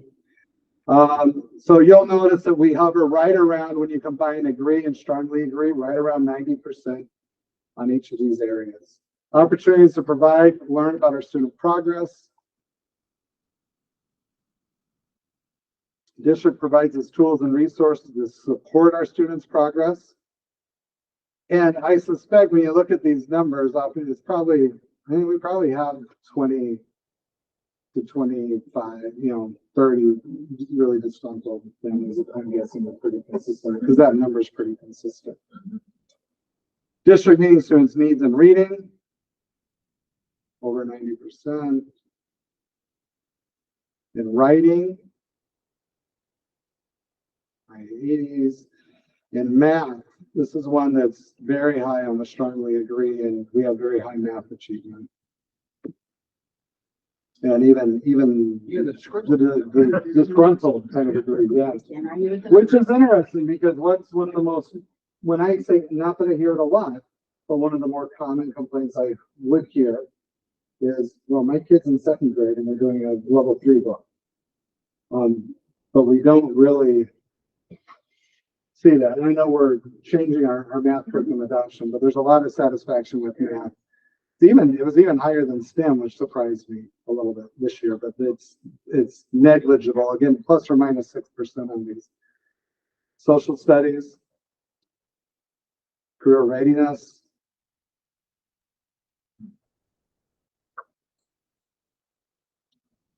physical education, health, career and technology, ed needs, co-curricular, sport area. Some people are really, that number went up a little. It did. I think this is aligned, it might be surprising. I actually think this is really the fine arts zone. To be honest with you, because there's a handful of parents that want an orchestra. We don't have an orchestra, or they want more fine arts type pieces. You'll see that, here you go, fine arts. That's our lowest number, I believe, or right there at the lowest. Social emotional needs, well, I guess that one's a little higher. But still, we're sitting at 87%. Strongly agree. Buildings and facilities. This would not have been that way before those last two referendums and the options when we're in a really high satisfaction area there. Communicates with families effectively. Now, granted, this survey was sent out via email, so obviously people who look at email are going to be responsive. We did post on Facebook, but this is where, email is that preferred. But we still know we don't have phenomenal readership in email. When we were using constant contact, about 30% open rates. That's actually high. Is that high? Mm-hmm. Yeah. Well, I have heard that when you're like, hey, parents, No, I I need you get to it, know that. but 30% is a high. That's not that great, yeah.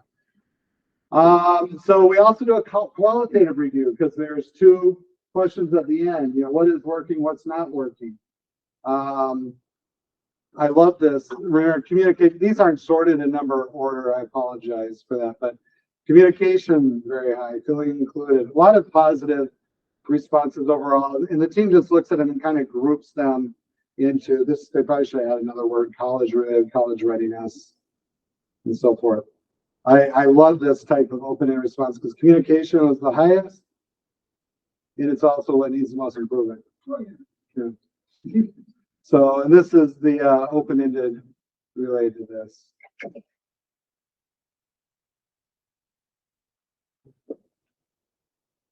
Oh, air conditioning did have 7 inches. 9 people just went through and clicked 1, 1, 1, 1, 1. Oh, no, we didn't give them, so this was a, No, in the last. Oh, in the last yeah, meeting, it was 9 definitely. people. Yeah. oh, sure, 9 that just kept They going. just wanted to be negative. Yeah. Yeah. I think Yeah. our greatest assessment of how we're doing is, one of the greatest assessments is are people wanting to be a part of our district. We have families who are driving over an hour and a half several times a week to get here to come to school. When Delavan made the decision to, because a teacher died, it was very unfortunate. we reached out to Delvin as a project lead teacher, my first year here, second year here. And we said, the second year, we said, hey, we know that how can we help you? We're happy to, your new teacher coming in, we'll help you train them on that state project lead the way leadership team. And we're like, hey, we need help onboarding this next person. And Bob Chris, in his infinite wisdom, said, I'm not going to pay $3,000 to have that teacher trained. So we're just not going to do this with project lead. I'm like, what are we doing, Bob? It's $3,000. You lose one student because you don't have that program. It's going away. Not only did he lose one student, Jerry Iserloff came to us the next year because he was a project lead teacher. And he said, I don't have a pipeline. There's not that support there. I'm leaving. That started the flow of hundreds of students into the district. At that time, when I looked at coming over here to Elkhorn, because originally John Gendron was offered the job, and John and I were close. He was at Silver Lake, I was in Wheatland, and that was before they even opened it to everyone. And I knew that Delavan was open, and it being bilingual, I thought, I might look at Delavan. And Delavan's ACT score average was higher than ours. Their AP numbers were higher than ours, and their average ACT score, or their average AP passing rate was higher than ours. It only took a couple years of them, Bob Chris, bless his soul, dropping the ball, and it just really went south. I think, can we take a quick break and then we'll start? That's my portion. Yeah. Are you checking out?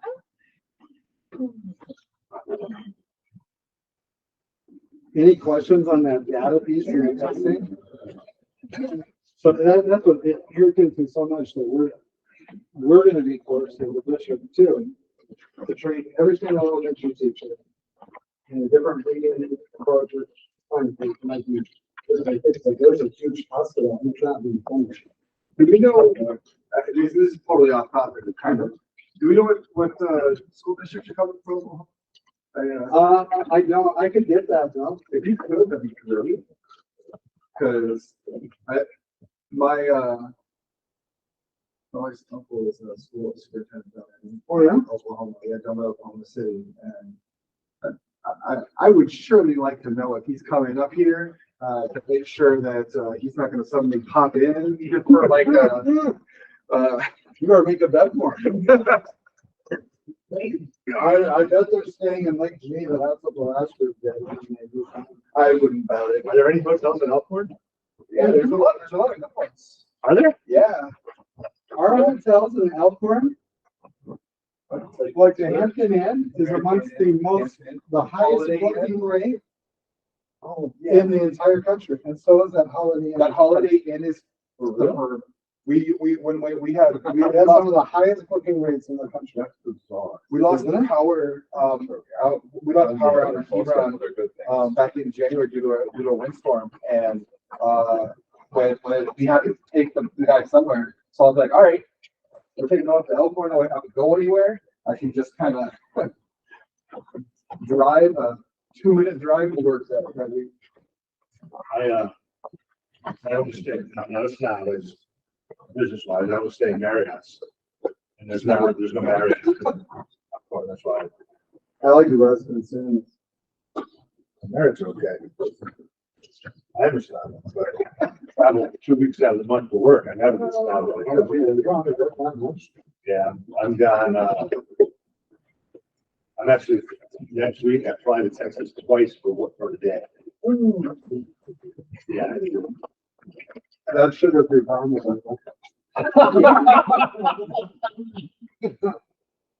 Don't blame me. My war on sugar is well known.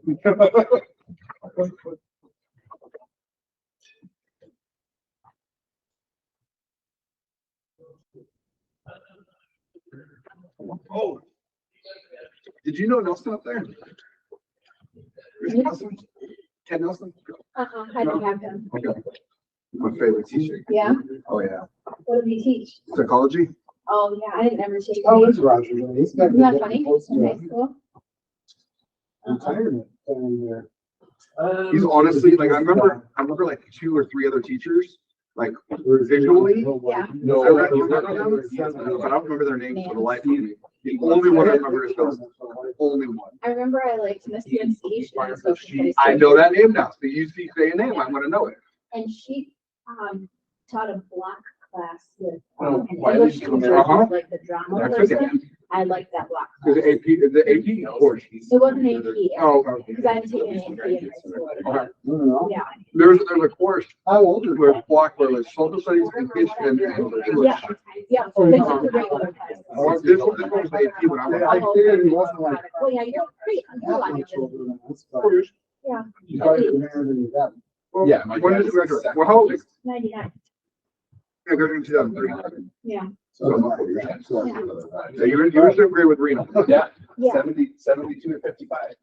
and I remember him. Well, 17, that's. That was a little bit.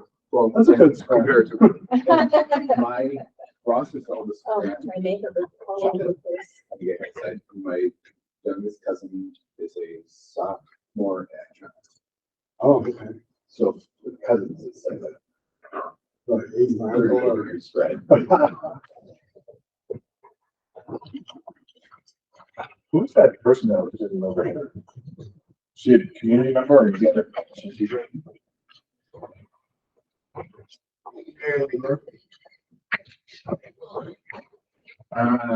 We have some online too. I originally, we'll post it online, but I originally didn't have the link on it because at our budget workshop, we don't do a virtual link. We only had some requests like this. I can't remember her last name, but what's Alyssa's last name? Did you just? Oh, You just forget a that name? was, Seaver, Katie Seaver. Katie Seaver. Just cut you. You started that in and I'll go to that. Might just take this whole try. The stop us from moving it over. I don't ever miss a cookie. Sarah, what sport did your daughter play? Okay. Yeah. Mhm. She started playing club when she was, 9. On the monthly. And, that we see. She played, That's happened. It's club like- through Delvin Marion. It's, or one of Frank's They brothers, had teachers, a, and then the board members, What the heck was the name? snacks. Fusion. I gotta talk to Yeah. you. Yeah, uh-huh. Work We haven't gotten to that point yet. So, you know, we were in narrow. Yeah. But pretty soon it'll be Taco Bell. That's pretty funny. Oh, gosh. Ross played basketball, obviously. I think it's like any day now. It's so funny that they were there. I'm surprised. I had no idea. Yeah. Starbucks, yeah. And what happened there? That just seems to be. I will be. Yeah. One of those I mean, he cinemas. got hurt his senior year. Oh. Oh, okay. Yeah, Taco Bell's gonna be a problem. You know, his senior year was the 2020, 2021 year. Yeah. Yeah. So it was the COVID year. Yeah. I mean, they were back, but it was all Yeah. virtual. And, Everything, yep. I mean, he lived off campus. Yeah, that's gonna be a problem. Seriously, yeah. The games that, Yeah, that was really. Oh, I already had I it. hated it.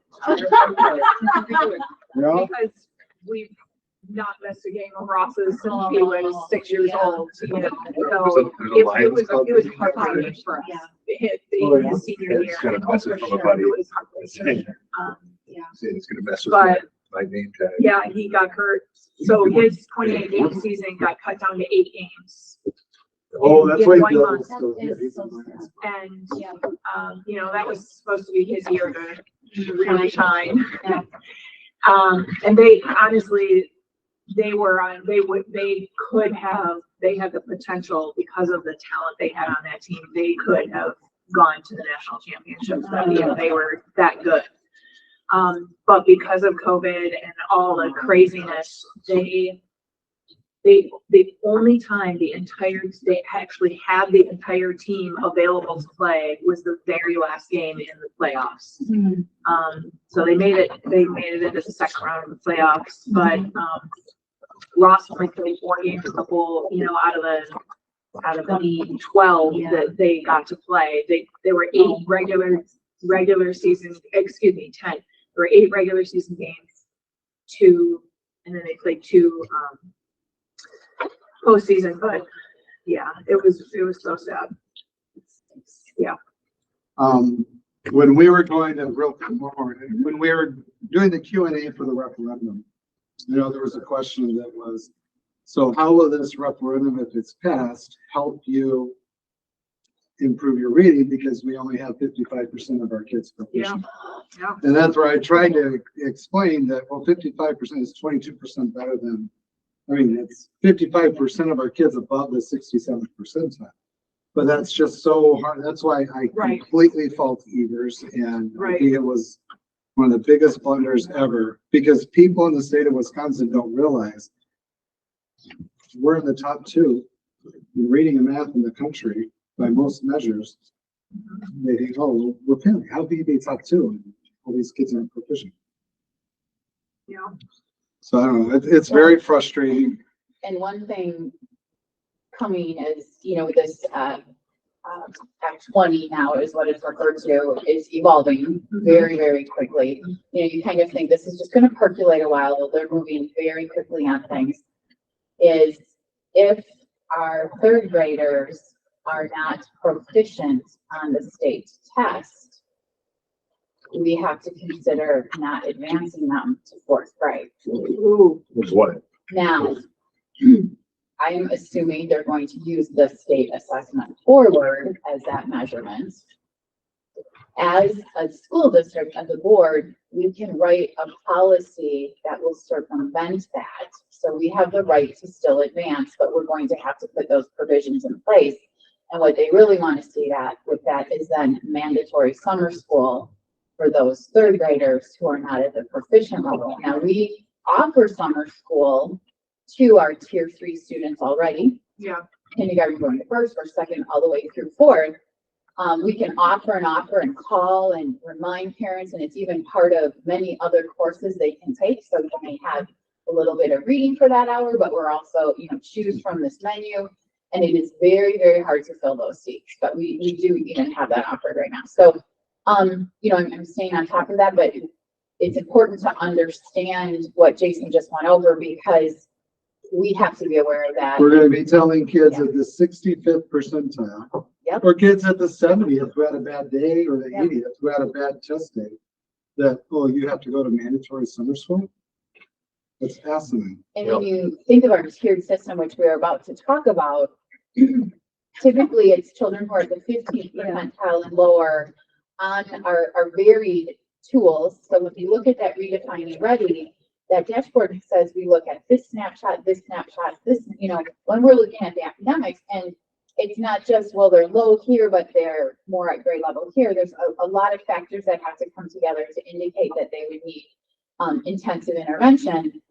We try to release from that intensive intervention around the 30th percentile, 30th, 35th percentile, back into what we consider tier 2, still supports and reteaching in the classroom, but not that intensive 30 minutes a day in, say, reading or math.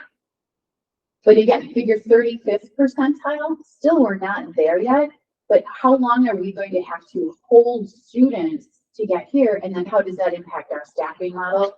Time out of the regular classroom for students. So there's a lot evolving with this that I don't think that the writers of this law are truly understanding, Right.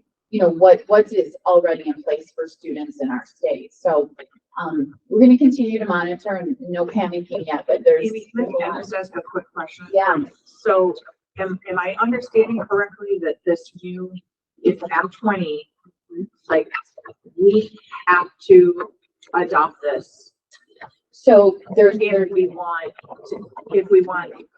funding for the curriculum? there will be components of it that we have no choice and no funding is attached to it. It's just like law in the state, educational law. Meaning, the first thing that will come into place is right now we have what we feel are really effective reading readiness assessments that we've looked at different ones, and we used to use PALS through the whole district. And we also have math in place, which is great data. But we looked at all the sub skills of what our youngest readers need to know. And we developed our own assessments based on others that pulled this together. And those results go directly onto a report card. Right. We are tight. And when kids are flagging in multiple areas, we know these kids need intervention. The state, beginning next fall, The state is selecting one reading readiness assessment from a number of vendors. They will pick one, and every school, public, private, charter, will have to use that assessment. You do not get to argue that. You do not get to prove otherwise. Hopefully, they will be paying for that assessment. Yeah. But you can imagine who's wooing who right now to get the Yeah. Wisconsin deal, okay? First thought. So we haven't even spoken of this because our elementary will go up in arms because they really see value in what we're doing. So does that mean we're administering what we have to for the state, but we're still gonna, you know, whatever components aren't there, these kids are gonna be spending more time being tested. And then if they flag on that state assessment, we then have to go further, just like we normally would to see if they need a tier 3 intervention. Of course we would. Things like that, but it will mandatorily be given. Now, here's the thing. If you have a second grader who passes that because they're working above grade level, seriously, we're going to sit down and retest that child 2 more times. Oh my They gosh. aced it. Oh my gosh. What a waste of You time. would put my old No, but we son have to do that. Oh We my will gosh. legally have to do that. So that's the first freak out. Well, thing. parents And can then- legally opt out. No, actually, there is no opt-out on this. There There's will no not be an opt-out on opt-out. this It's what I one? heard yesterday. There is Because no there's a opt-out. state statute that Correct. maybe they have to change them. So I'm not sure, but they were talking no opt-out. And then in addition to that, and this is kind of the costly part, is all of our kindergarten through 3rd grade teachers, including obviously reg ed, Yeah. special ed teachers, EL teachers, reading specialists, admin, all have to take what amounts to about a 40-hour phonics class.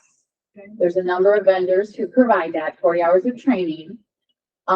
We have sent, and like say the Wilson training would kind of count along with that. That's about a $500 to $600 training per person. So there are things out there called like letters, there's other trainings. But we're looking at about 80 people. And that's if we don't bring our 4th and 5th grade teachers in. But what if we place that 4th grade teacher in 2nd grade for Yeah. next year? Yeah. They've got to get trained. So And is that training our cost or Yes, is the state it is funding? our cost. They have said there is no reimbursement for that training. It is our cost. Wow. So we're not sure. I'm going to start researching, and our reading specialist will be right there with me on what are some solutions. But to get that many people 30 to 40 hours of training, when, how? Right now, we had 3 vacancies for subs at Tibbetts today, and we couldn't fill one of them at our elementary school. So we're pulling teachers already to sub in the classroom. So how are we supposed to release 80 teachers to do this training during the school? We can't. So we've got some clever ideas, but we have to see if we can find a program that will match some of the thoughts we've had. And we have until July 2025. But you think, oh yeah, No, you guys it's are coming. doing it now. And we're looking at a math adoption at the elementary. So we're going to need training to really look at that too. So my moment of panic was 24 hours ago. I'm a little bit calmer now after the webinar, but there's just a lot they have not thought through. Jason, is this the first course where the state is, because we've always had local control in Wisconsin. Is this the first course that they're mandating or Well, I curriculum? wouldn't say, I mean, they've mandated things like, personal finance and Sure, health. of There's a course. whole list of things we But have not to the teach. curriculum. I would say the strategy Yeah. and the Right. training. Yeah, for the most part, although they did it for evaluation system. You had 2 choices, but even then, with the evaluation, you could develop your own. As long as- So we have no option to do our own reading curriculum. I'll get to that. Okay. So these first 2 are non-negotiable. Like Yeah. every teacher trained in Okay. phonics Okay. and the assessment given. Got it. Then we go a step further. What scares me a little bit is the group selecting the tools that can be used for the reading curriculum is just being pulled together, just coming together. But by January, they will have completed their research and we'll have a list of what the tools are that we can choose from. So that's how much thought will go into this. I had a moment, as Jason did, we were meeting with 2 people from DPI who were touring Tibbetts, and we spoke to her, and I said, do you realize how frustrated some of the high achieving districts are with this because, you know, we just did some quick research and kind of brought some of that reading data forward that of the 21 elementaries in the last 3 years who are these top performing blue ribbon nationally recognized schools, only 3 of them are using any of the big box programs out there from Hartford Mifflin or Yeah. HMH. And, you know, that's probably the first things you're going to put on that list. But the schools that are really performing well aren't using those tools, just so you're aware of that. You may want to dig into what they're using, you know, and this kind of goes back to the old adage of we're keeping the whole class in at recess for a couple struggling. They students. should have, I could see them saying, if you're a school that's failing Yes. to meet expectations Yeah. for 2 or 3 years in a row, this is what you have to Yeah, do. this is scripted and done. But why Right. would you punish some of the Exactly. highest performing schools? in the So country? we do not have to, we don't have to adopt what is on that list. Do we, and as long as we're not changing what we're doing, we're fine. But the minute we say, you know what, it is time to look for some other, and I do think it'll be time to investigate that once this math settles. Then, by then, who knows if there'll be any money left in the state to support the reading initiative. Because they're very fearful that they're going to run out of money very quickly. They've promised districts 50% reimbursement. They've already said on the webinar, just so you know, you will not be getting that. It'll be prorated based on size now because we just know we don't have that funding. Okay, But aren't we in a $7 billion plus? They got us them back. yeah, it's going back to the taxpayers. Which Okay. I'm all for tax Sure. refund. So it's big tax refunds, but now we have to come up with how to pay for their initiative. So the good news is we don't have to adopt what is on that list. As long as we can prove that we're using science, you know, the science of reading based materials, but then we're not getting any reimbursement for any new products we might bring in. So Right, we're a few years away from that. sure. And I think our data shows like that's okay. Then the strings that come attached with that is they're trying to hire 64 reading specialists for the state who will then kind of police these policies. So if you take the money, you have to take those reading specialists. Now, I don't know who they're going to find to do this work. And we are really blessed with some phenomenal reading specialists Right. here in our district who I don't feel they're going to leap for that opportunity because they're going to be put in an impossible situation to go in and criticize what's happening during those adoptions and how people are teaching students. So it's not going to be, you're not going to be a person people want to see walk into your building, Yeah.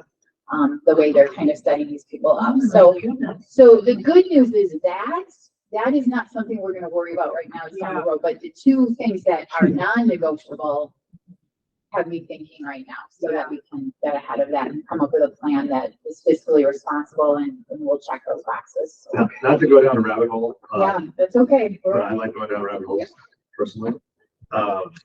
When you say they, and who is they in the legislature? Is there like an education committee that's a part of this, or is it DPI? Who's That's a very behind good question. The they that I've been informed of, like those who are picking the tools, perhaps. Okay. I I've heard blame that, them all because Evers could have vetoed it. So it doesn't, this is Good point. bipartisan, Right, I right, blame right. them all. Right. All the politicians, both sides Right. passed this. Yeah. Evers passed it, signed Yeah. off. Do they have a committee like in the They have an legislature? yeah, education they committee. do. And then from that committee, they said that 3 from the assembly and 3 from the state senate will be part of this team and some from DPI. Then three. So we don't know who that team is yet, right? No, but they're gonna be real busy, real fast there. Where, you know, a lot of times we've seen things in education like, okay, the brouhaha, and then it just settles to some good decisions, you know, some good things. I'm not sure where this is gonna settle yet. Yeah. And it's gonna be a blow for our own teachers here who are very vested and we are on point with some of the things we're doing. That, you know, there's just that frustration out there and this one's beyond our control. We buffer as much as we can, but, yeah, it was very interesting because DPI had to like go through their spiel on this webinar and then they shut off the cameras.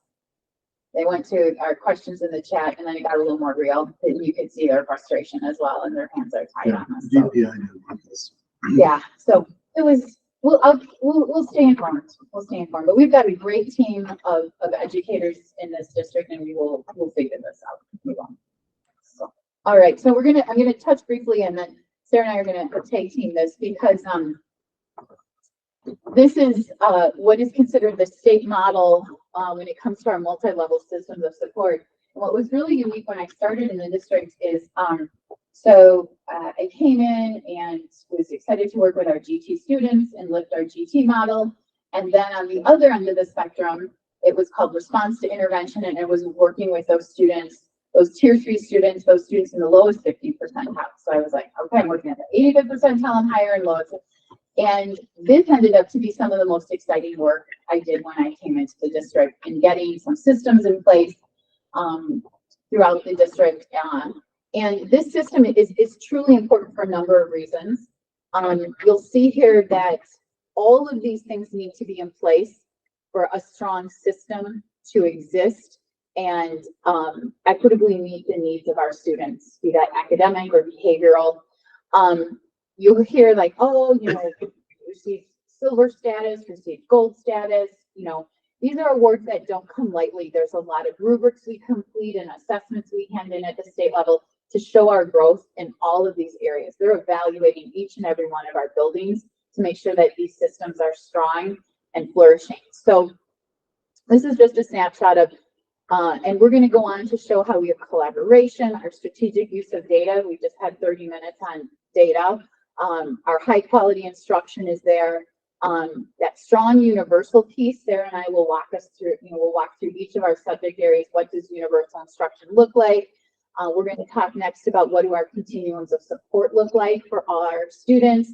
And then on the fringes, that family and community engagement piece. And so there's engagement that looks like Jackson just had a donuts with families to start the year last Friday. And they kicked it off and families came in early and had donuts with their kids and off the kids went to class. There's also family engagement that has some parent programming where we're educating parents as part of those programs as well and giving them some tools and ideas. And of course, then we have, conferences going on and keeping those lines of communication open. The positive culture we work to develop, that strong shared leadership. We'll talk about how leadership looks at our different sites tonight, the systematic implementation of what we're doing, and then those evidence-based practices and how important it is, because that is a contributor to all of this. So this is the Wisconsin model that we also thread through our practices here in the district. More recently, that term equity has been a spark point for some. Just so the definition of equity on the DPI website, what we use is what a kid needs when they need it. Okay, it's what a kid needs when they need it. It's not putting anyone over anyone else. It's not giving preferential treatment. It's just making sure the kid has what they need when they need it. Thanks. So our multi-level systems of support here at the district probably can be best represented in an upside down triangle because when you think about the number of students at each one of these 3 tiers, you have the most up at that tier 1, and then you have some students at that tier 2, and then a smaller factor of students at that tier 3. And then it can be divided down the middle between tier 1 and tier 2 into academic skills, and then academic behaviors, social and emotional skills, and then academic and career planning. That universal instruction is that top tier that we want to ensure for all students between the academic skills and then those behavior type of skills and the academic and career planning to help them be college and career and life ready. And we're going to go through in detail all of the core areas and CTE in our next section so you can kind of see what that universal instruction looks like.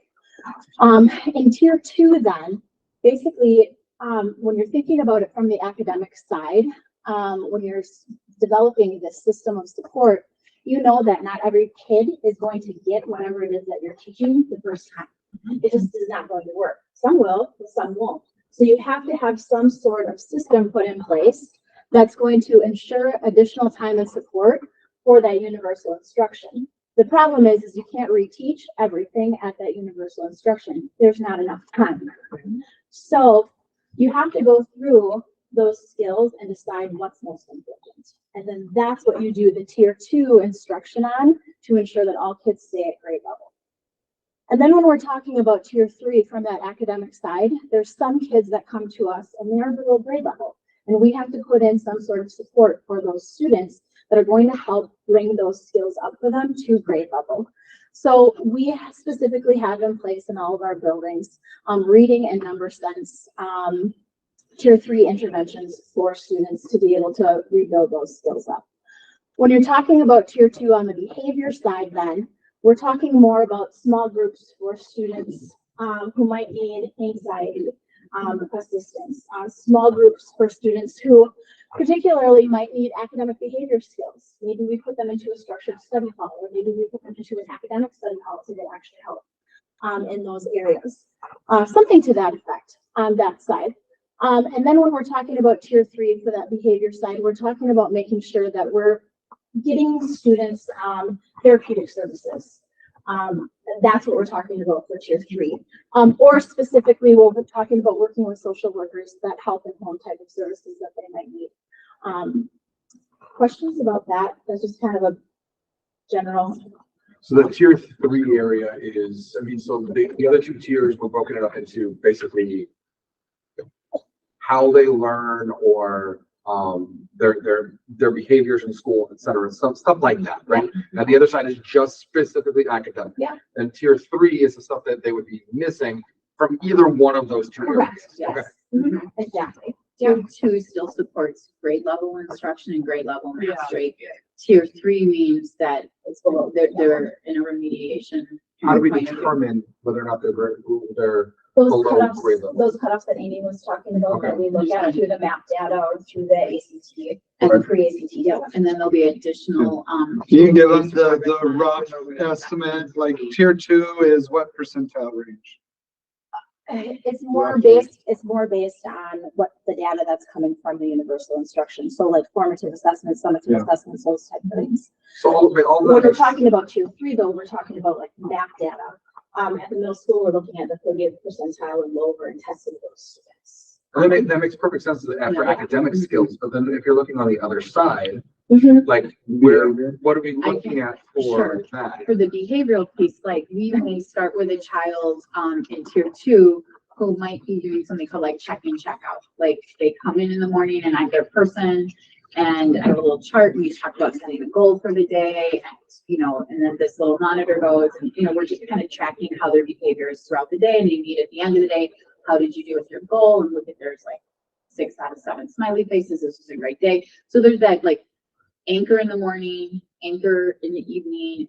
All right, but let's say that monitor, like we have 3 weeks of this is not working. There are no smiley faces, there are 2, then we know we need to come back to our say PBIS team and say we need to move to another intervention. And maybe we tried 2 in that tier 2 zone and it's like it's not working and behaviors are getting, exacerbating in the classroom. Or time off task, perhaps it is, then we would go to tier 3. So we would always try something in that tier 2 area first for behavior until we have enough data to know, because that one's not as easy to define. So I you think that's have, what you're getting at. you have specific Mhm. So office. strategies in there. Yeah. Yeah. Okay, and that's what defines like Yep. like Yes, with lots basically of what's in tools. those tiers. And then Yep. if it, as it progressively gets worse, you have additional, more aggressive strategies. So like tier 2 didn't work. Now we gotta go to tier 3. Got it. Does Okay. that make Yes, sense? yes. So like here at the secondary level, you're looking on this side, you're looking at like referrals that Yep. students might be getting.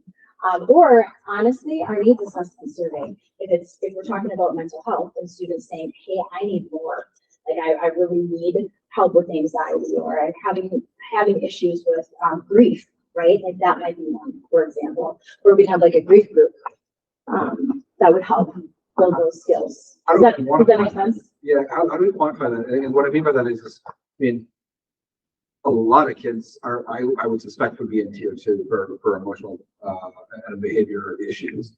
Or even tier 3.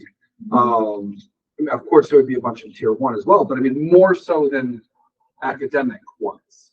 No, I mean, if I'm wrong, please tell me.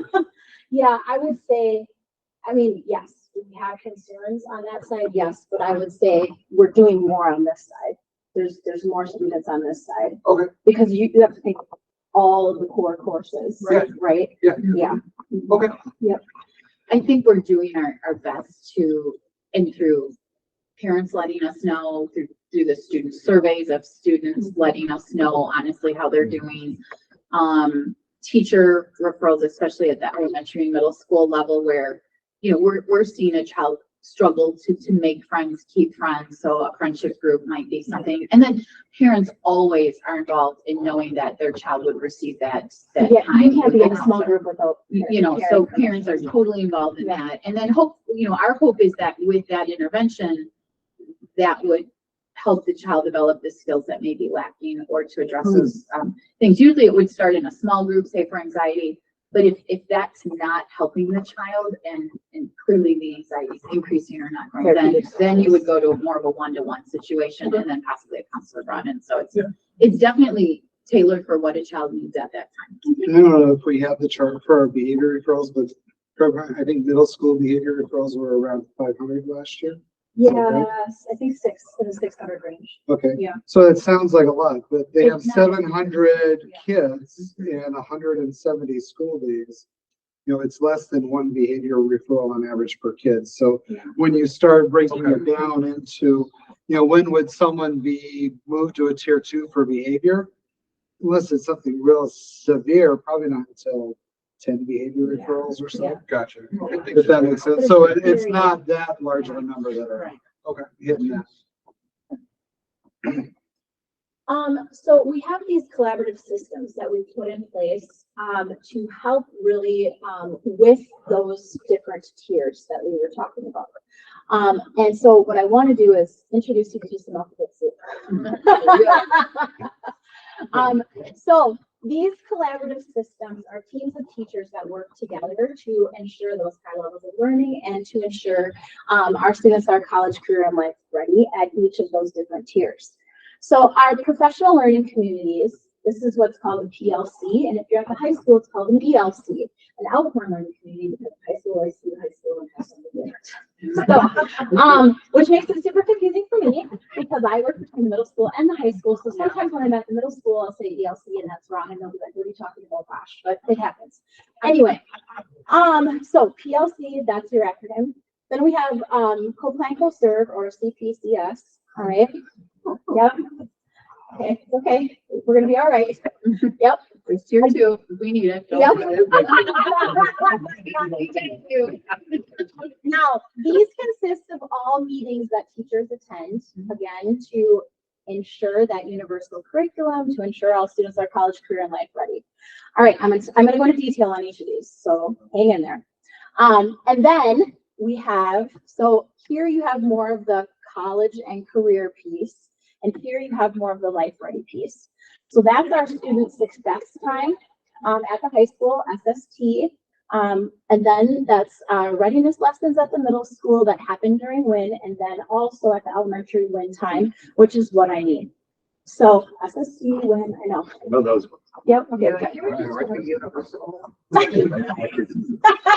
No, everybody likes their own thing to make us all crazy. All right, so let's talk about a PLC. All right. A PLC, a professional learning community, made up of teachers who teach the same courses. Okay. What are they doing? They're answering the 4 questions of a PLC. What's that? Please give me one more slide. Okay. I'll explain it. When do they meet to answer the 4 questions of a PLC?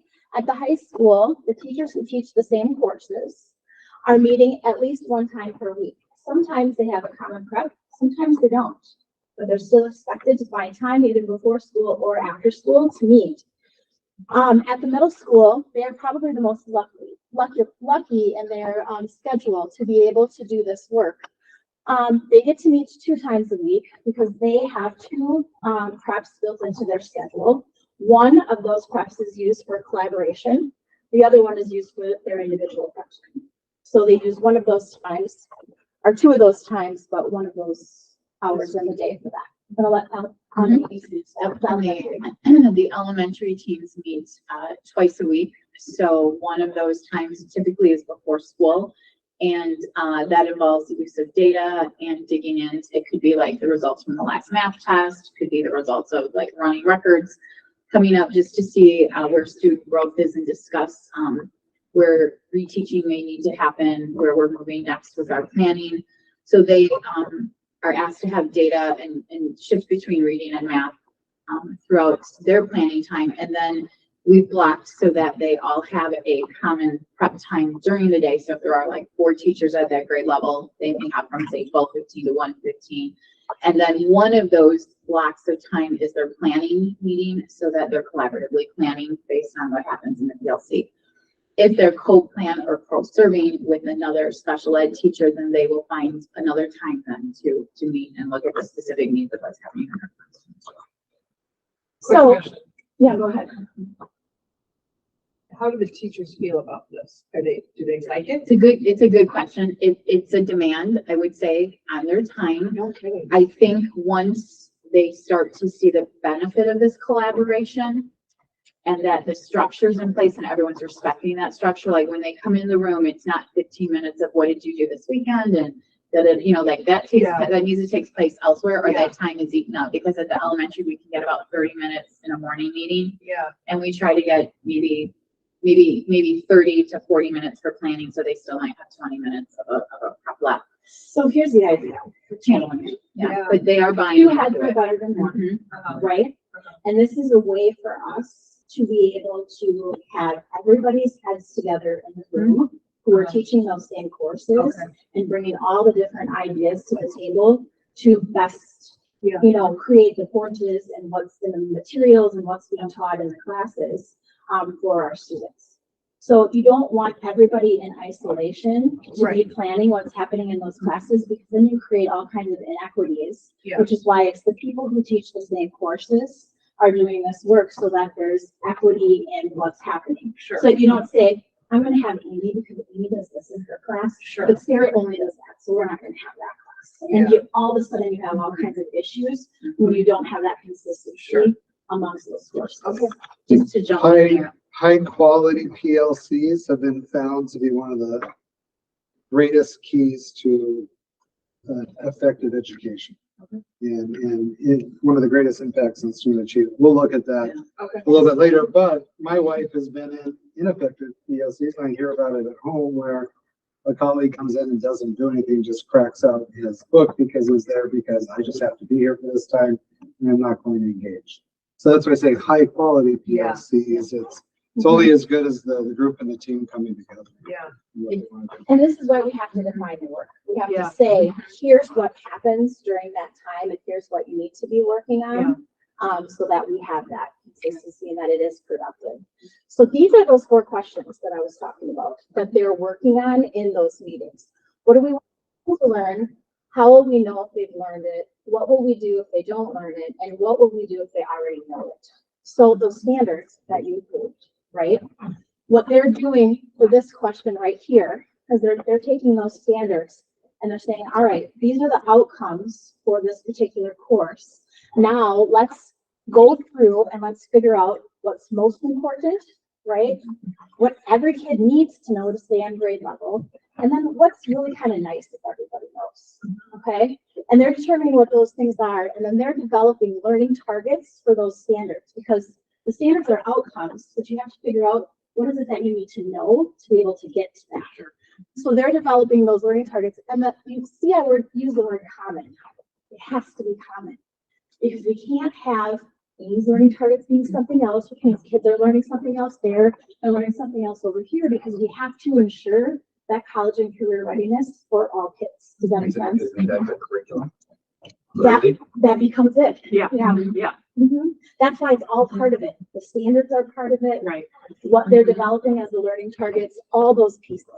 Yeah. And I think this is sometimes where it can get tricky, and some of that feedback in the sessions is it's finding the line, particularly at the elementary, of we need that common practice. And even using PLCs in buildings, but then on our district in-service days, those teams go from 3 or 4 on a team to 9 to 12, because we have to ensure this is happening across 3 buildings as well. Sure. And where we need to be tight on, and yet you want teachers to just keep a little individuality Yeah. in how they connect with their students and how they're delivering some of those standards, but yet those standards still need to be taught. Yep. And common assessments need to be given, and when they learn, wonderful, and when they're beyond that, what are we enriching with? And when they haven't learned it, well, how do we reteach it? And it's that vulnerability of saying, I see your data is really good in this area. Can you tell me what you did? Like, Yeah. I need to know that so I can go back and do this, and vice versa. Maybe you're saying, yeah, but you did this in reading. So it's developing that trust. And we have wonderful teachers across the board, but Sure. pulling them together. And yet, I think at times that's where they're feeling that pull of, my minutes are so locked in and whatever. I worry about those state minutes and those commitments. The teachers do have extensive amount of time, ways that they can set their schedule and how things work. But yet it's finding that balance of, but we have to have this guarantee going out to our families that these things will be taught, these minutes will be met, and it's equitable across the district. So Yeah. So I we're have getting there. a couple of questions. And you can tell me if you're gonna get to it later and I can wait. Okay. All right. Number one, how do we judge the teachers on this? That's another conversation. Okay, so I really Because- talk like, Yeah, Or talk well, about no, we can talk about it later. I'm not talking about evaluation. okay, well, that's fine. So I mean, if we're A gonna whole go, other system to So- talk We, about. actually, sometimes we survey the PLCs. Uh-huh. Sometimes they have, what do we want to say, exit slips, where they'll rate their PLC meeting themselves, like Okay. how well do they think they did with being on point with what's happening. They give themselves feedback. Okay. From time to time. At times, admin, Sarah, myself, we may join some PLCs too, so we can have a feel for where our strengths are and where maybe we need to do a little more coaching. okay, So what we have built into the evaluation system is they pull assessments, or they may pull their learning targets, or they may pull some GRS activities, and they bring them to their evaluation meetings that they have. They're getting feedback from their evaluator on those things. Besides, Amy and I really work in a coaching role when it comes to these types of We don't things. evaluate them. No, we don't evaluate. So we're working with teams to build this stuff. We're showing them, we have rubrics for what they're looking at. When we're talking about a high quality summative assessment, there's a rubric that says, here's how it should be designed. And so we talk about what that looks like, and that's part of the professional development that they get, so that they know when I'm developing these things, this is where it needs to be at. and so the next one is a teacher teaching, freshman algebra, is not going to have the same type of goals here as a teacher teaching, an AP geometry or whatever. the- Sure. so, Yeah. like, Learning targets. they're in Yeah, the learning same, targets. yeah, they're in the same, like, They're the math department, right? They're in department, the but math they're department. teaching different courses. So how would that work, since they're so different? Would they be in the same PLC group? No, Okay, so they would not. no. Okay. No, however, math department at the high school is awesome when it comes to that though, because they wouldn't necessarily all have to, only the teachers who teach that course would have to do this work for that course, okay? And there might be just one teacher that teaches. And there a might be just particular one course. teacher that does it, so they Okay, just are so that's- developing it by themselves then. Yeah. Okay. Yep, Yeah. All right. so, but the math department at the high school, they all work on it together. So they all the work that they'll do in the summertime sometimes is they'll be like, we're working just on algebra 2 this summer, and every last one of them is helping with that work. Yeah. So some departments do it differently.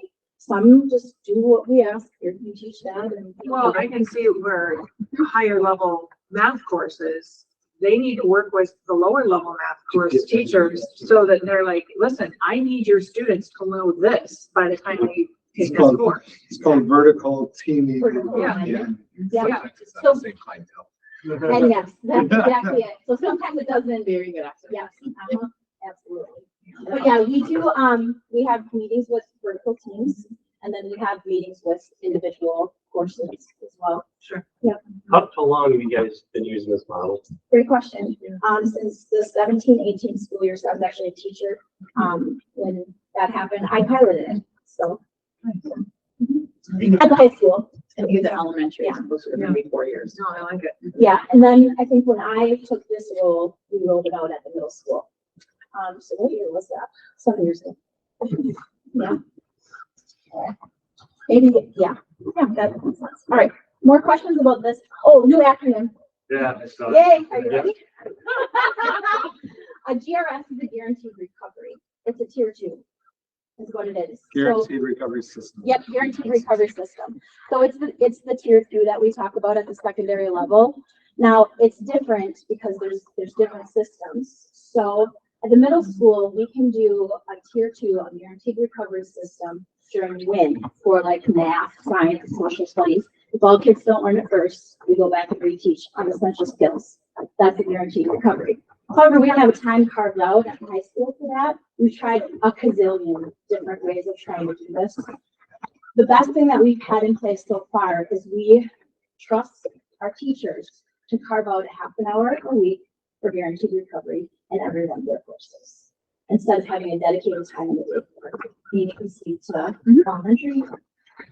For the elementary, we have a 30-minute win time a day where we're focused on either math or reading. In addition to that, that reteaching piece may also be threaded into the workshop model where students are kind of rotating over and they're grouped more by their ability level. And so I know like this is the group that needs reteaching on this specific skill. So I may see that group more frequently until that skill is in place. Any other questions? Okay. So that's a PLC. Oh, you're up. Oh, this is your like kind of one and only slide in the middle of all of it. Yeah. All right. So John Hattie is one of the most, well-known educational researchers from Australia, but he's been doing this for decades, and he looks at what are the most effective educational practices.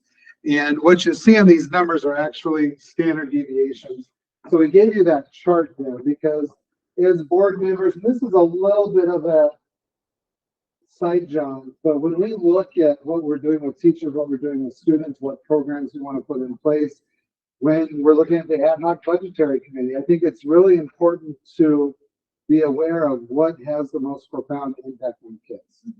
So up at the very top of the list, collective teacher efficacy. That's how good are your teachers? That's the number one biggest variable. That's why professional development, training up, PLCs has such a huge impact on students. And they've done a lot of studies that what matters more than what school your kid goes to is what teacher your kids have. You could go to a very low performing school, but if you have the good fortune of having good teachers, they're going to be fine.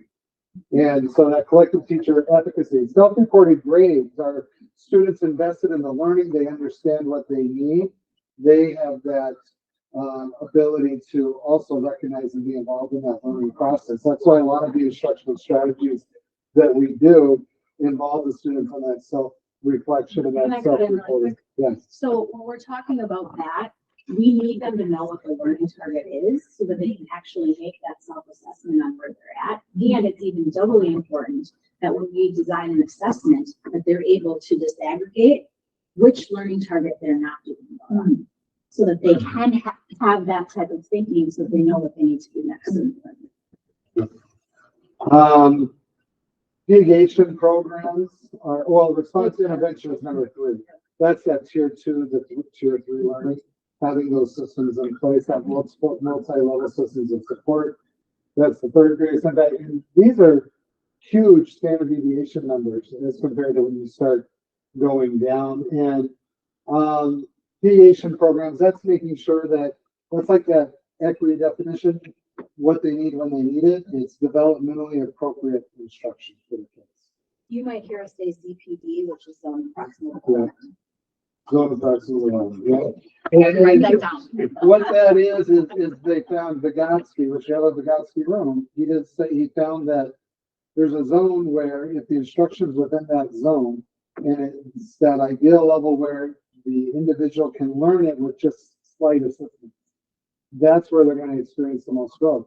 If the learning is outside of that, where they can't do it, they're going to get frustration, they're going to get boredom, they're going to get red type issues.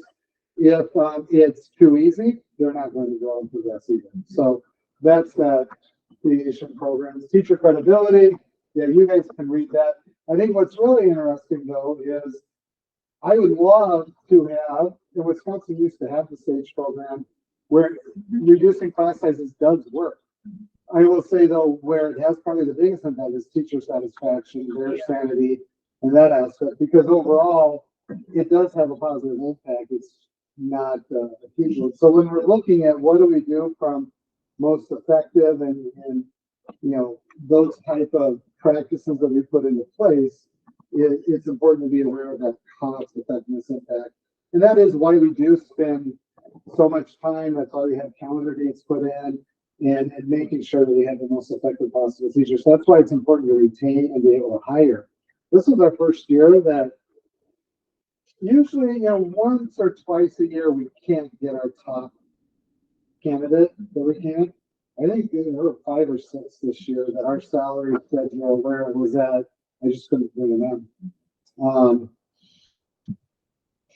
That is what it is from that standpoint. But yeah, it's important to have that background. I thought it was a very humorous teacher. It does have a 0.04. Yeah, but not that great. Yeah, 0. My wife's not very funny, so I guess that doesn't matter though. So However, on our walkthroughs, we do have fun on our walkthroughs for when we're giving feedback to teachers. So regardless. and I will say when he does delineate some of this, you have to take into consideration too. All right, when he tries to isolate humor, that may be, but does having a relatable, good relationship lend itself towards teacher credibility? Yes. So it's there's some of those that feed towards others. Yeah. Yeah, exactly. All right. So moving into our other collaborative system, our co-plan co-serve teams. What you'll notice about this is it's the regular education teachers, those PLC teachers, right? And then it's bringing in our specialists and bringing in their expertise into a meeting. So our special education teachers and our reading interventionists, our math interventionists, and our EL teachers. They're coming all together, and what they're doing is they're saying, all right, what's happening next week in instruction? What's your plan, PLC? What do you plan, right? And then thinking about all of the kids that are in the room, how can we best meet all their needs with what this plan is? Is there things that we might need to change in the lesson to make sure that all kids can get the material? Is there a different way that we might need to assess some of the students so that they can really show what they know? Those are the conversations that we're having. What types of supports might all students need to read the material that we're asking them to read or to be able to do the writing? So those are the things that we're talking about in those meetings. Those are expected one time a week universally throughout the district. Now, who's doing that specifically is a little bit different. So at the middle school, it's just the core teachers that have a full-time co-serve. So your math, your science, your social studies, and your ELA teachers, or courses, I should say. And then at the high school, it's only your core in 9th and 10th grade. And that's specifically because of logistics. Like the sheer number of courses, right, and then to have all of our special ed teachers and our specialists attend each one of those meetings, it just can't work. So we do it with the core classes because those are required classes. All kids have to take them. So I'm talking about like what English 9 and 10. I'm talking about biology and chemistry, world cultures and U.S. history, and what did I miss? Math, algebra, and geometry. Yeah, makes sense. So our as we are placing, say, EL students or special education students, we're looking at how those students are placed, and then that classroom teacher. So if I have more of a cluster of EL students, I would set up my co-plan co-serve time with our EL teacher in the building. Whereas if I have 2 to 3 special education students in my classroom who will really benefit from being in the classroom for the majority of the time, and it makes sense for their specially designed instruction to take place in the classroom, then I'm collaborating with this special ed teacher, and then we're taking the plans that our grade level team put together to look at how does this support look? Are you going to teach the mini lesson this day, and then I'm going to teach it here? If you're pulling a small group that involves these 2 or 3 children, could I send over these 3 other children who would benefit from that lesson as well? And so it's a lot of that teaming to support more than just the special education students in the room with the 2 teachers. Sometimes it's where is the best time to bring in aid support. you know, sometimes while I'm reading the story, I don't necessarily need aid support, but when they start to rotate to this station and math, that's when having an extra set of hands would be very helpful for that child so that they can stay within the classroom, and maybe small modifications are made for that child, but the more we can keep them at grade level, better. Do you guys see a difference? And I'm the premises. I love structure. I love this. I love collaboration. It's awesome. Do you see a difference between, say, the high school teachers and the elementary, kind of the buy-in or the benefits? If I'm thinking about it, kindergarten, K3, I'm thinking those kids. Is there that much structure going in the day that they would be able to provide positive collaboration, or they? I see it. Maybe I'm wrong. Maybe I see K to say 4 just as less structure during their day. Like it's more of a. Well, I think the teachers would differ. I think you Yeah, you should spend a day with me. Okay. We should go visit because Okay. I mean, here's the fine line. The students should feel a sense of structure. There will always be that schedule visible on the board so that they know what's coming next. Sometimes time is not listed with it because they can't tell time yet, so we don't put it up there. But they know sequentially what's happening, and that routine is very important for those kids. And we're finding more and more kids thrive with that set routine. So we want that to flow fluidly, and we'll talk a little bit about how we've improved those transitions and how that's happened. When we on paper have an hour for reading schedules, an hour is a very long time for a 5 or 6 year old. Yeah. It really is. So we are so masterful at how we utilize that time with whole group instruction, and then also go to do this. It's when perhaps we're moving from the whole group rug time to, and I have my book box, I'm going over here. That's a great time for my co-teacher to come in and pull this small group so they're a little more directed and I'm teaching more targeted skills. Meanwhile, I'm going to pull the 4 of you over here for this guided group, but we work really hard. Right now, we're laying the foundation for students to be able to go off and have some of that independent skill of reading to self and doing what they've been asked to do. And then it's their time to rotate to the table. But then, you know, right now we're growing in increments as to how we fill that hour. So we may have an extra recess in there right now because, wow, we went 30 minutes and now we got to move. Yeah. Or now we need to play a game or whatever. By January, this will look far different, but there is a lot of solid structure in there. So Co-Plan Co-Serve really came out of our special ed teachers coming to us and saying, we are walking in and we don't know what's happening in the classroom. We don't know how best to help the teachers in the room. How can we get some time to be able to know what's going on in those classes? And that's really how it started. But now the whole system that we have in place with the planning piece, Amy alluded to, it's very fiscally responsible also in how you're using your specialists, because they're only going into classrooms exactly when they're needed, because now they know exactly when they're needed. And so you might visit as a specialist multiple classrooms within a class period, or a reading block or whatever it might be. I'll show you a couple schedules. Okay. I think we kind of talked about what they're doing in there. Yeah, So, yeah, we're good. All right, Amy.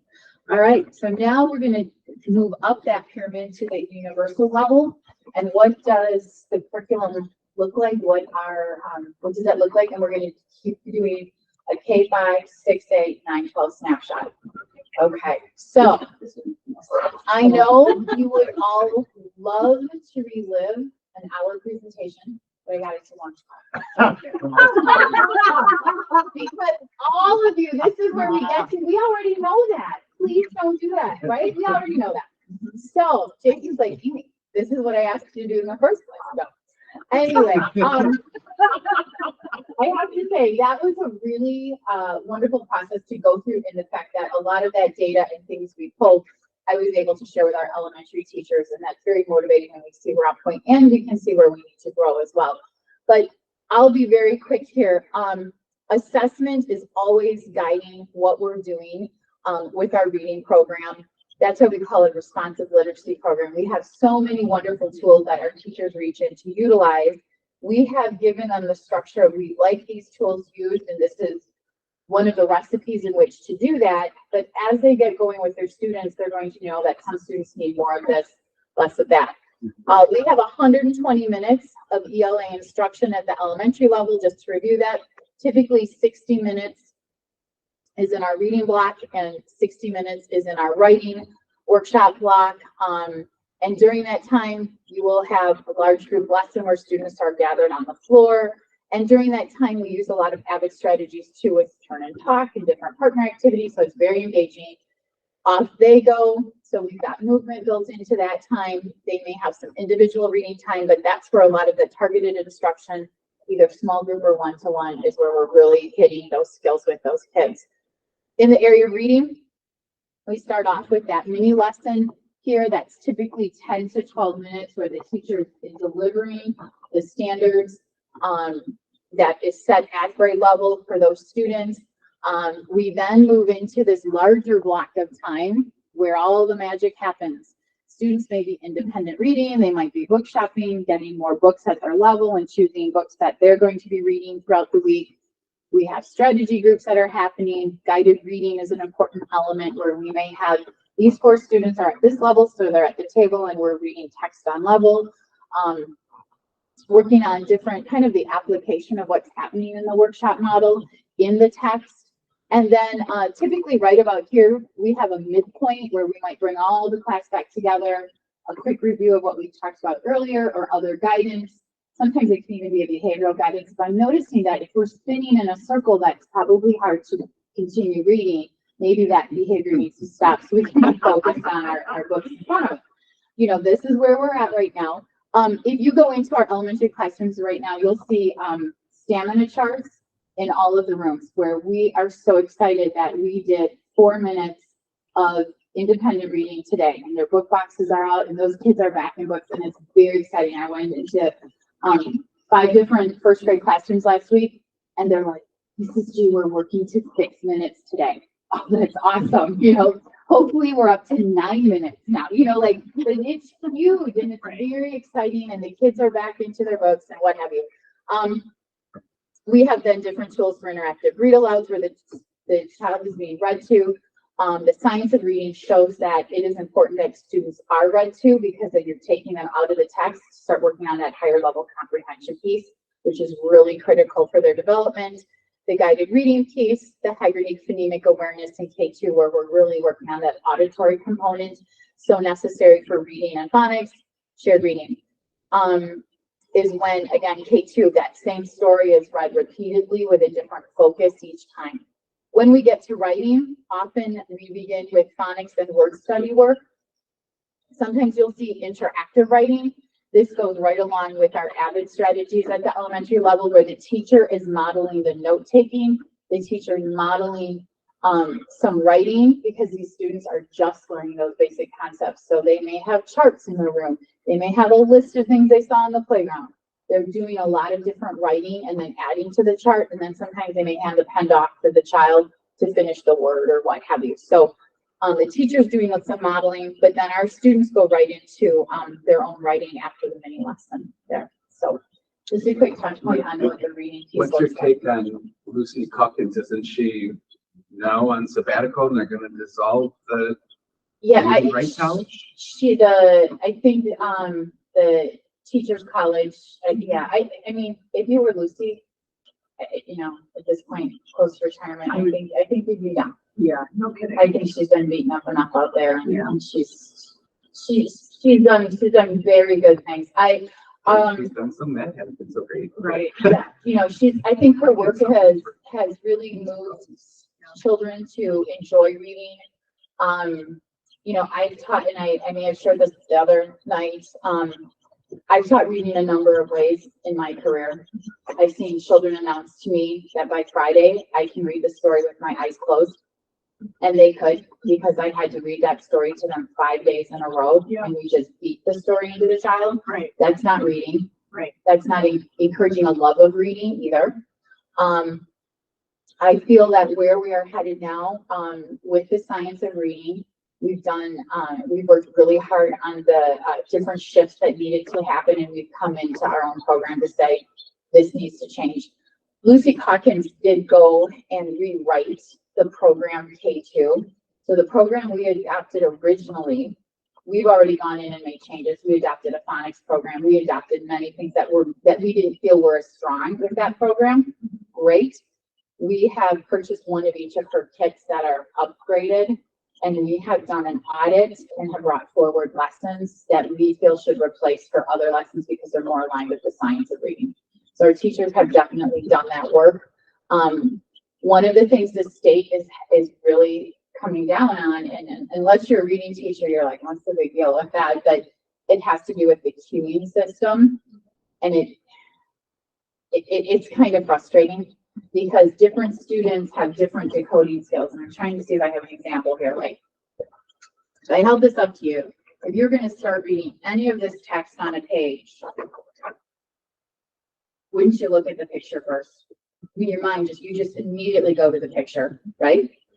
Kind of like, I'm probably going to be about a ship, big boat, something like that, right? And then I'm going to make my attempt. They're really pulling us away from using any other clues on the page other than phonics. That's good. As a teacher, it is prohibited for me to say, well, let's look at that picture. All right, we started reading. I'm not allowed to cue in that manner anymore. Well, I mean, in general, So- based on the research, it's better to do it without that. I mean, at least that's what I've been reading. I mean, the everything is telling me, and all the studies are saying is phonics is the way to go.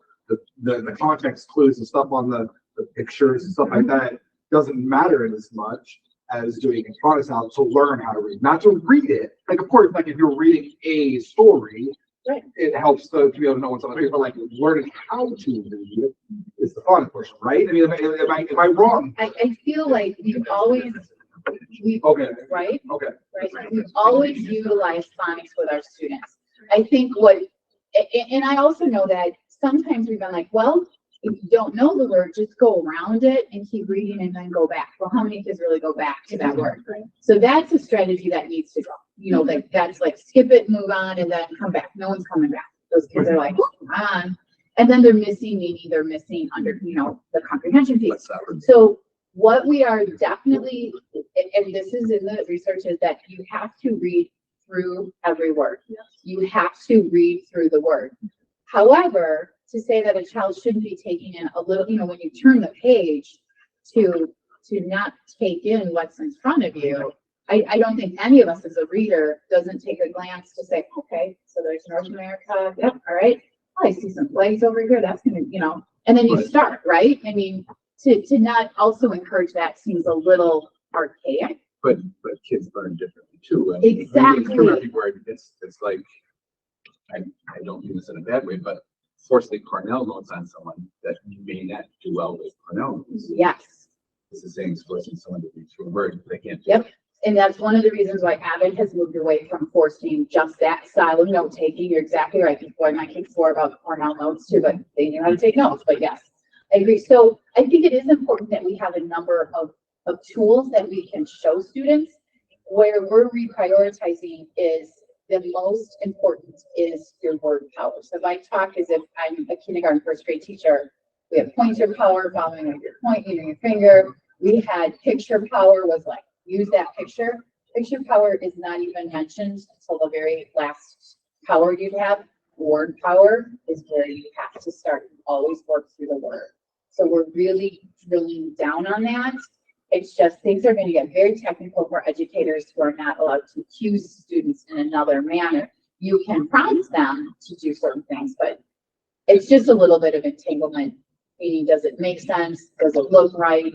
There's a lot of cues that we've been, helping students with. But I would say we've always utilized phonics. We just have heightened focus on it. And we knew when we started down the path, but Calkins does an amazing job of meeting the reading standards. And if we got into that, you would see there's some heavy lifting there that you would be amazed, like, wow, second graders supposed to do this. Third graders are supposed to analyze the point of view from many perspectives of the characters. Do they even know what point of view is? Let's start with that. But these standards are heavy lifts. Her work is fabulous there. We knew we needed a different phonics program and brought one in even before her word was pulled apart. It's not having enough phonics. Silly question. When you say work through a word, what does that mean? You work through a word? Is it like sounding it out? What is that? Yep. So like America here Good would be example. like, Okay, so you that's, know, that you sounds have like to work yeah. through it. So, That was on purpose. you know, students, and maybe that's not the best example of something that totally fits a pattern. Colony, you're going to have an E sound with the Y there most likely, and that's, something we've taught. So like colony, Right, so the English colony, so it's like literally chunking that word through. maybe like when we were kids, we would sound the word out. And, Yeah, so- yeah. One of the issues is we all know how many words phonetically don't follow Correct. those rules though. So, Right. so that's My part of English is it. on. Yeah. Yep, and then one of the tools we brought in is many of us learned with like Dick, Jane books, Scott, whatever.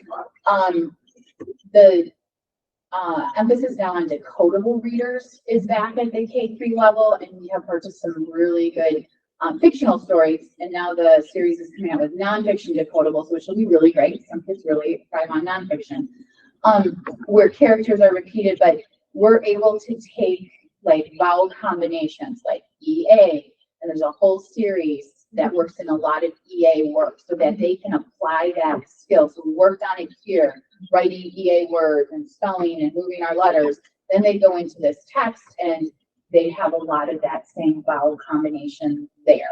And then from there, but then we'll take a break from that for a day and go over here and just pick a book that isn't an EA drill. And can you just practice more fluency expression over here? And then the next week we'll come back and it might be EI, or it might be, blends, the CH week, the SH week, the TH week. So, And they've gotten better with those series and then they have characters that are more engaging, like carries on through. So it's not just like a standalone Or is it, you have to purchase a full system? we did. We purchased 3 systems for each building. So there's an array, so teachers can utilize them, special ed students can utilize them. Are they all like that? Like there's 3, we have to purchase 3 Lucy Calkins, how does that work? And 3 TCRWBs? Where? Oh, they're there. There's Are you right 3 sets. here? Yeah. How does that work? Does the district just buy one So- and then it's used across? So right now, the district has purchased, and this was years ago, so each teacher has a set of the manuals to teach reading and writing. And at that time, the cost of that kit, along with small books they were reading to go with that, was about $55 a set. So they have one for reading and they have one for writing. The new materials that came out last year were $450 a kit. So we did a strategic, I'm going to call it a strategic audit on those materials.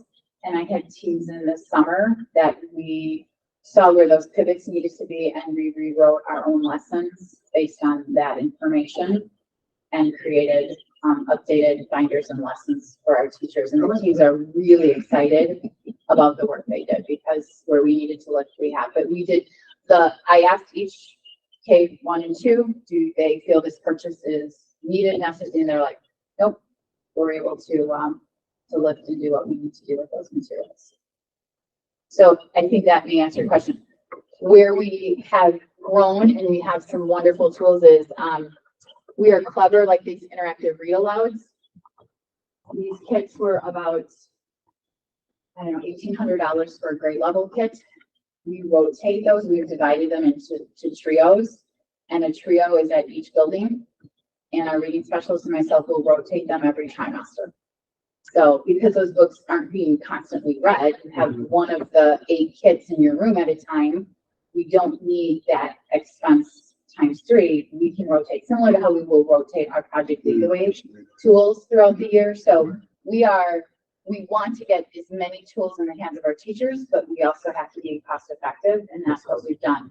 The decodables were less expensive, and we know that with small groups, you might be using one set with this group, one with this group, one with this, and I've got kindergarten and first grade teachers reaching into that kit. So they have access to 2 kits for those materials. So, and we did summer training on that, so the teachers have been trained on how to utilize that resource.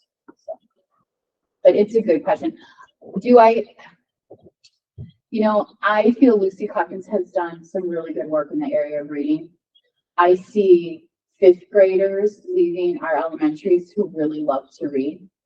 And if you have a child who is a fifth grader who walks out of an elementary school like mine did and hates reading, I feel that we weren't doing good work at that time. So that's what's driven my passion with finding a system that wasn't basal based. And I was on the committee, big team of teachers, and we went all in on this.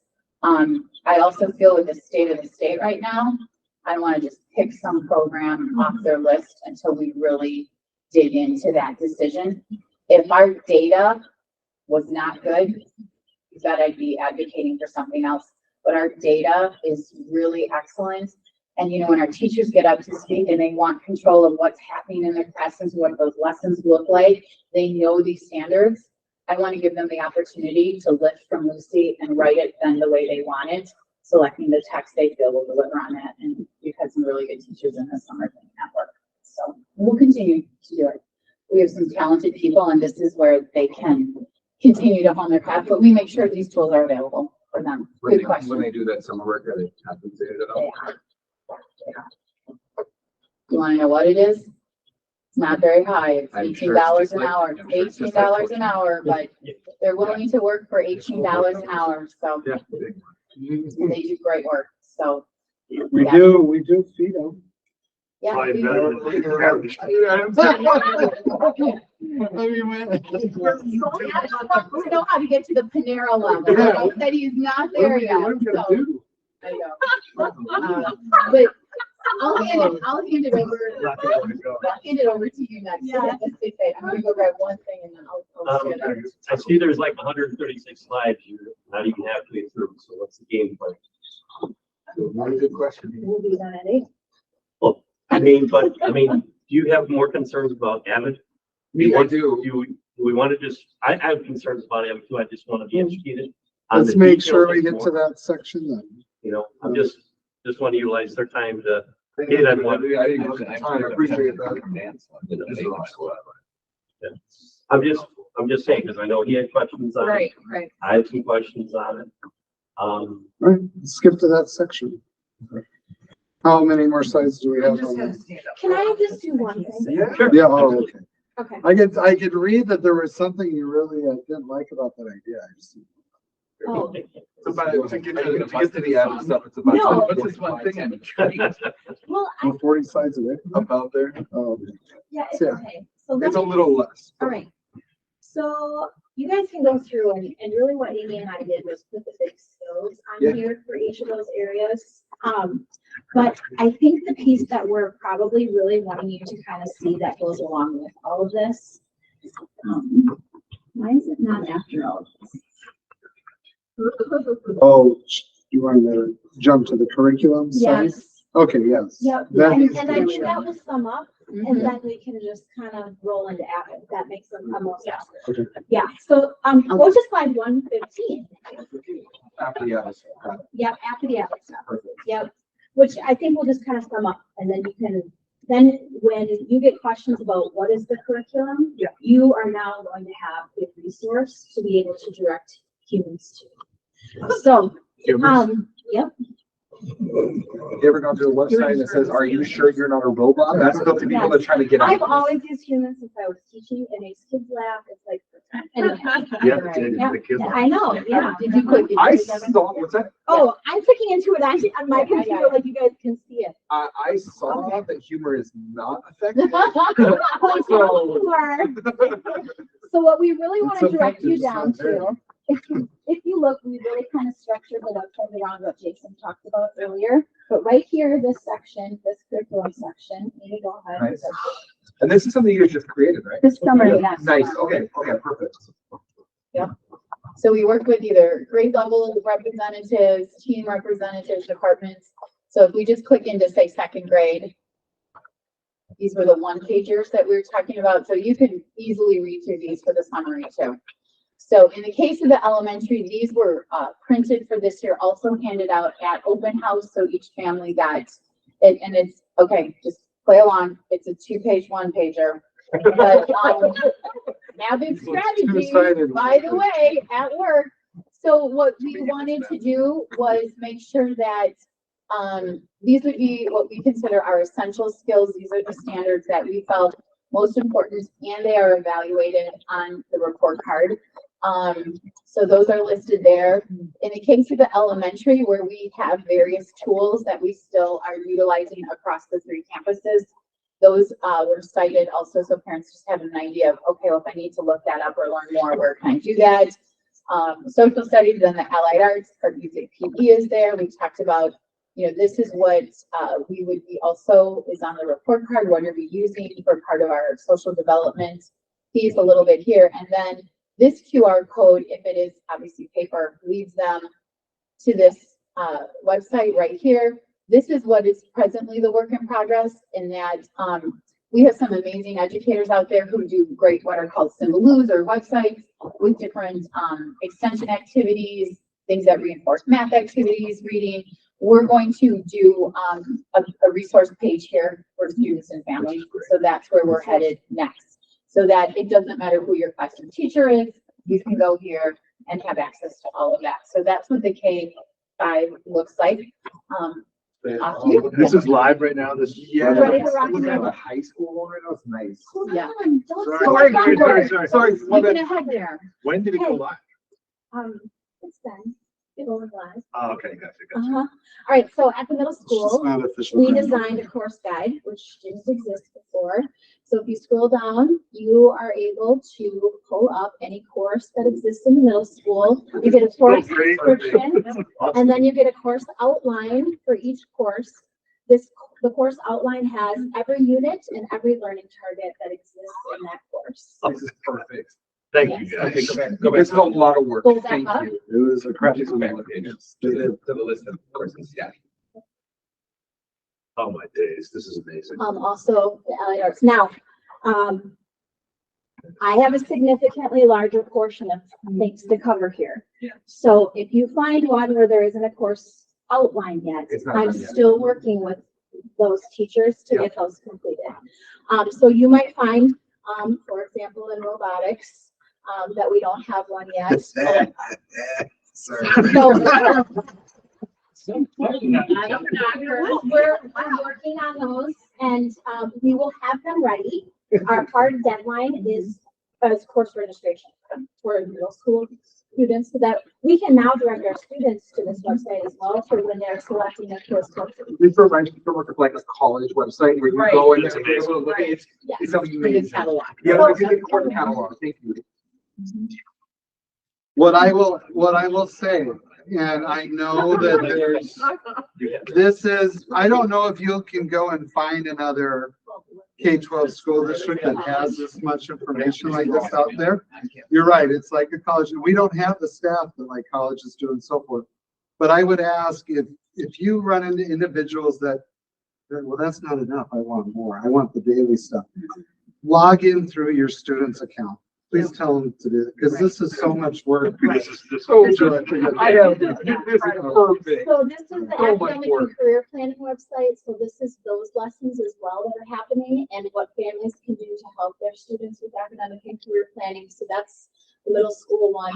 And then the high school, we just used the course guide that already existed, right? And this was really, we have to, huge kudos to Katie Hoffman. She designed this, we gave her the information, and Linda, Byerly, and then of course Brenda Harris for taking the teacher's information and the units and the learning targets and, anyway, that information, putting it into pretty. This is yeah. amazing. This is the best thing. I So- have been to schools all across the country, and this is the Yeah. best. So Andrew Science here, same thing at the that's high fine. school, Sure, just that's the answer. linked it, the course outline right there like that, so. That's what we have. This was a lot of work. This was work that our teachers No had to do kidding. this summer. Now, this is part of that PLC work, right? Yeah. When we're talking about, when we're talking about units that you're designing and then those learning targets, that's the work of that PLC. So you can see how this all comes together and connects. Do you have any idea the human hours that went into this? Mucho. Yes, I mean, this is amazing. Well, you start from the teachers designing the Course. courses, and then you go into collecting that information, having to review it, right? Making sure the statements are correct, that things are aligning, all of that work, and then putting it to the I website. definitely Yeah. see why you guys wanted to like, Yeah. make sure you Yep. show it as a, Yep. this is a really Yeah, good. can you show the And I- pathway I- one too, or And I think For as the high Jason school? said, this Which amount of pathway? information With is probably the more than you sheets, get out the, there. uh, If you have Well, Google, it's on the health works portion. when that question comes in of I want more, You you mean can the see where career we're like, pathways Right. documents? Right. That's linked in the and we're presentation. trying to protect the teachers from that because you can tell. also by the linked time on the in website. PLCs, Yes. This is, Co-plan, Not on the co-service, curriculum far more instruction important to website. student progress than. oh, it's on the district website. Yeah. Works. you know, we have that? Oh, okay. It's a download on the App Store. I'm just gonna walk around with the QR code. It says here, yeah, scan Yeah, this. No, Oh, Jason did wants you me to find the hyperlink career that? pathways. Okay, sorry. Yeah, I did. Okay. Here. So under Elk Works, if parents are, we had all the courses listed there under the Elk Works site, which is really that school to work. Are very similar. Here's the Elk Works pathways. So if you click on any of these, this shows them, you can go back to the courses and, Why is this Wow. on here still? This is not oh, supposed to. yeah, we're supposed to take out the required. Oh, she did that one there, but We're it's- going It's a work in progress. It was so great. Yes, I'm going back to this website, because this was a lot. Same thing, at the, Oh, dual credit opportunities, what does that look like? Well, we could spend, we hours. covered all the looking at that. courses that are dual credit. Now, few caveats at the high school. There's not a curriculum outlined for AP classes because it already exists for AP classes. So we're sending them to the College Board website. Sure. Okay, right? We're looking at doing that for the dual credit classes too, sending them to the, Whatever college.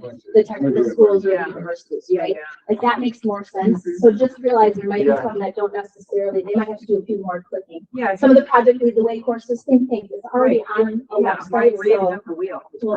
well, they were very grateful for that. Also, because when they update those courses, that link Yeah. then will Yeah. be updated. Yeah. Okay, all right, so, Ed, here we go. Let's do this. Still recording. Excellent.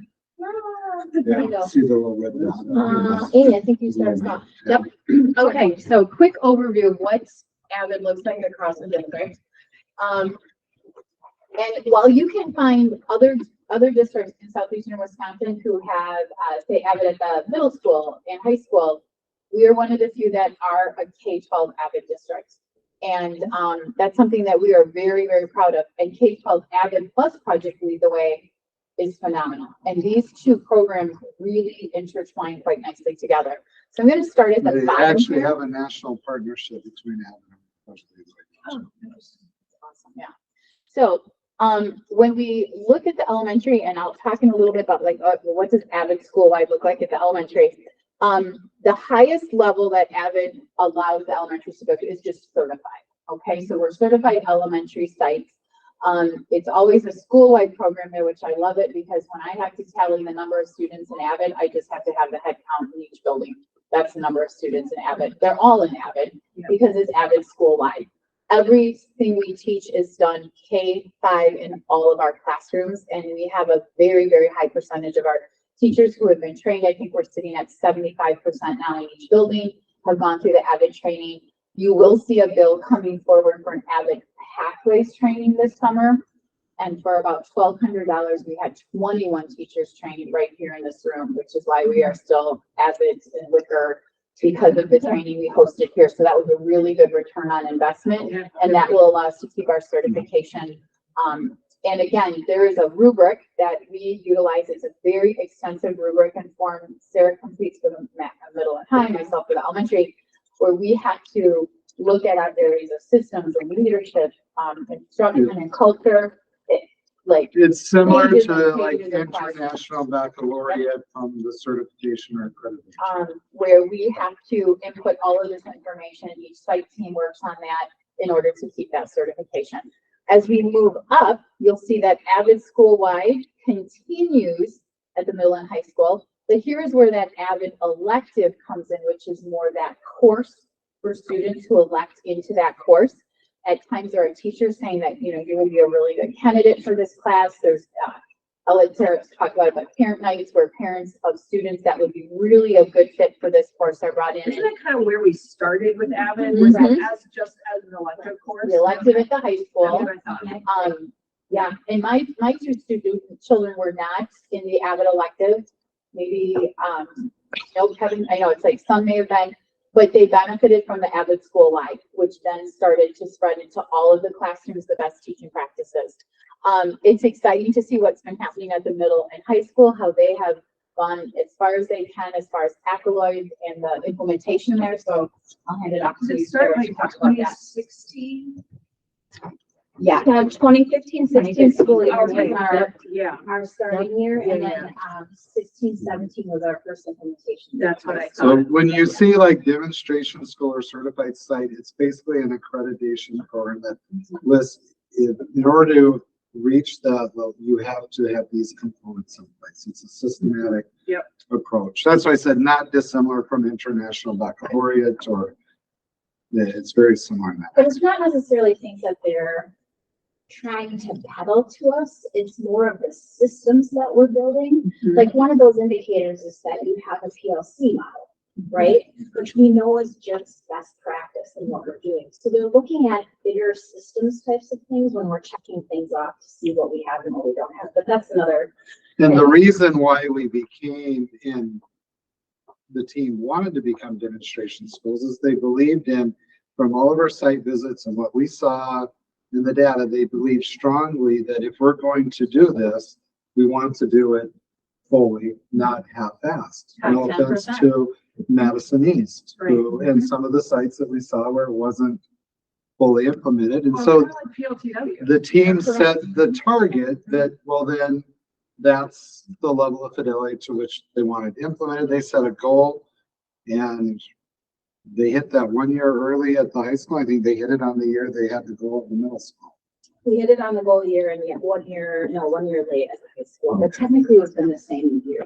You know, how years, Yeah, like 16, right. 17, 17. And with Right. COVID in there, yeah.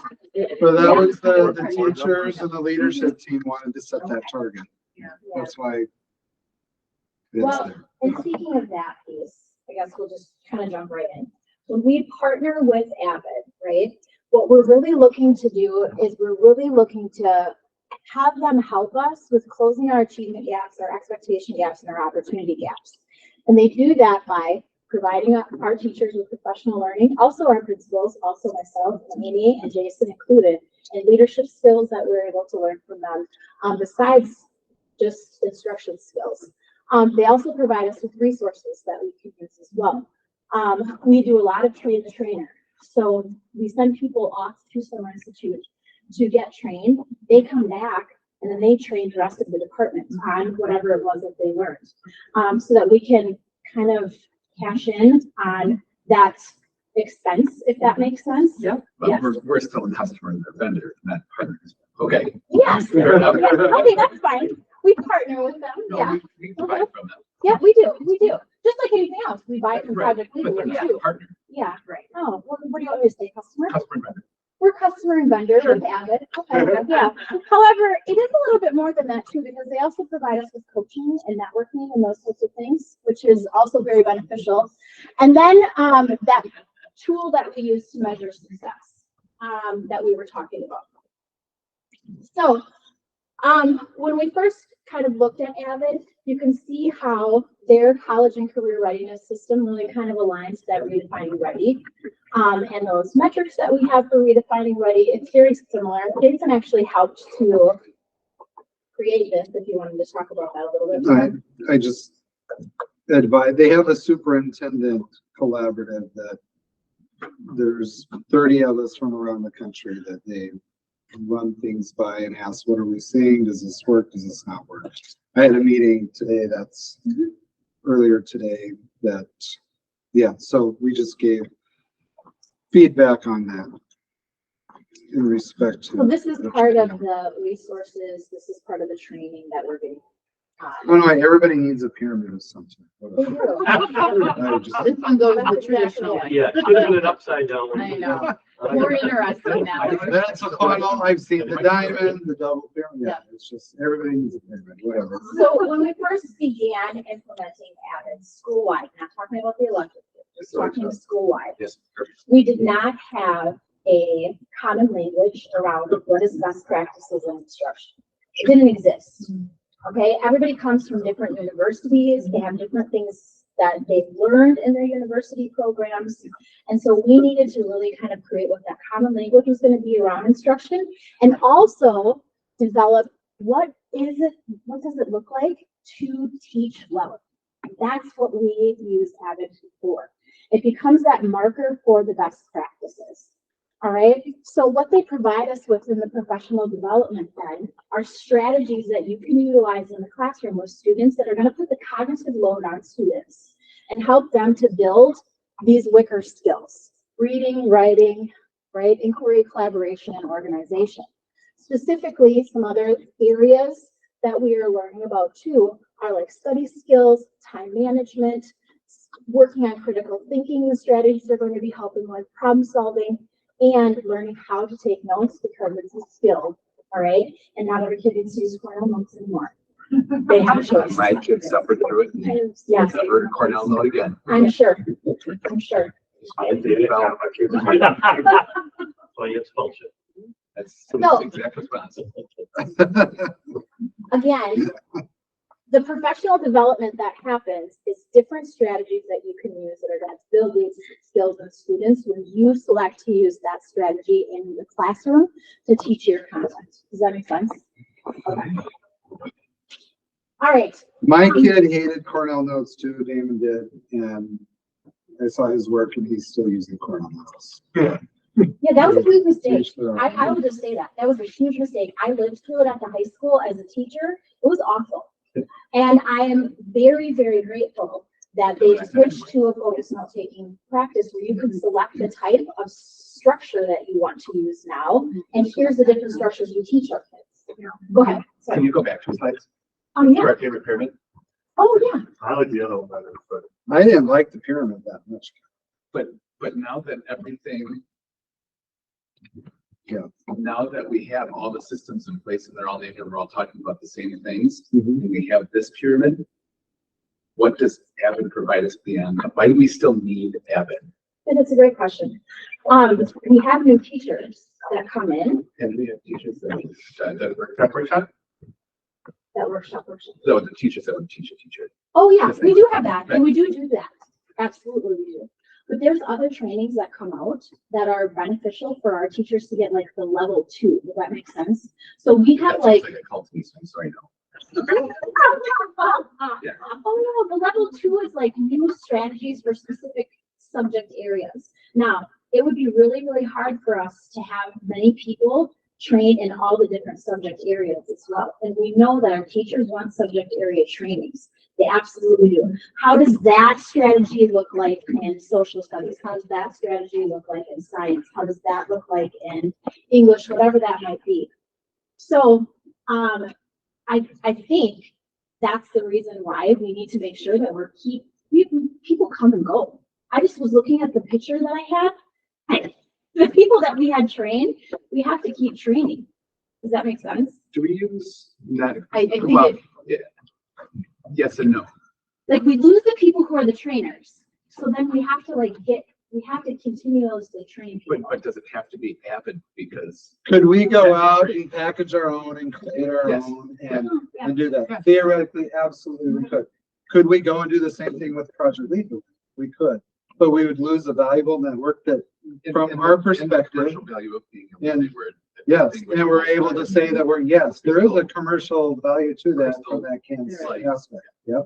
So we're an Avid demonstration. It's marketing Yeah, too. well, here's. And so when we look at the overall budget, from when we're looking at, and this is what's interesting with Avid, like that is just already in our professional development budget.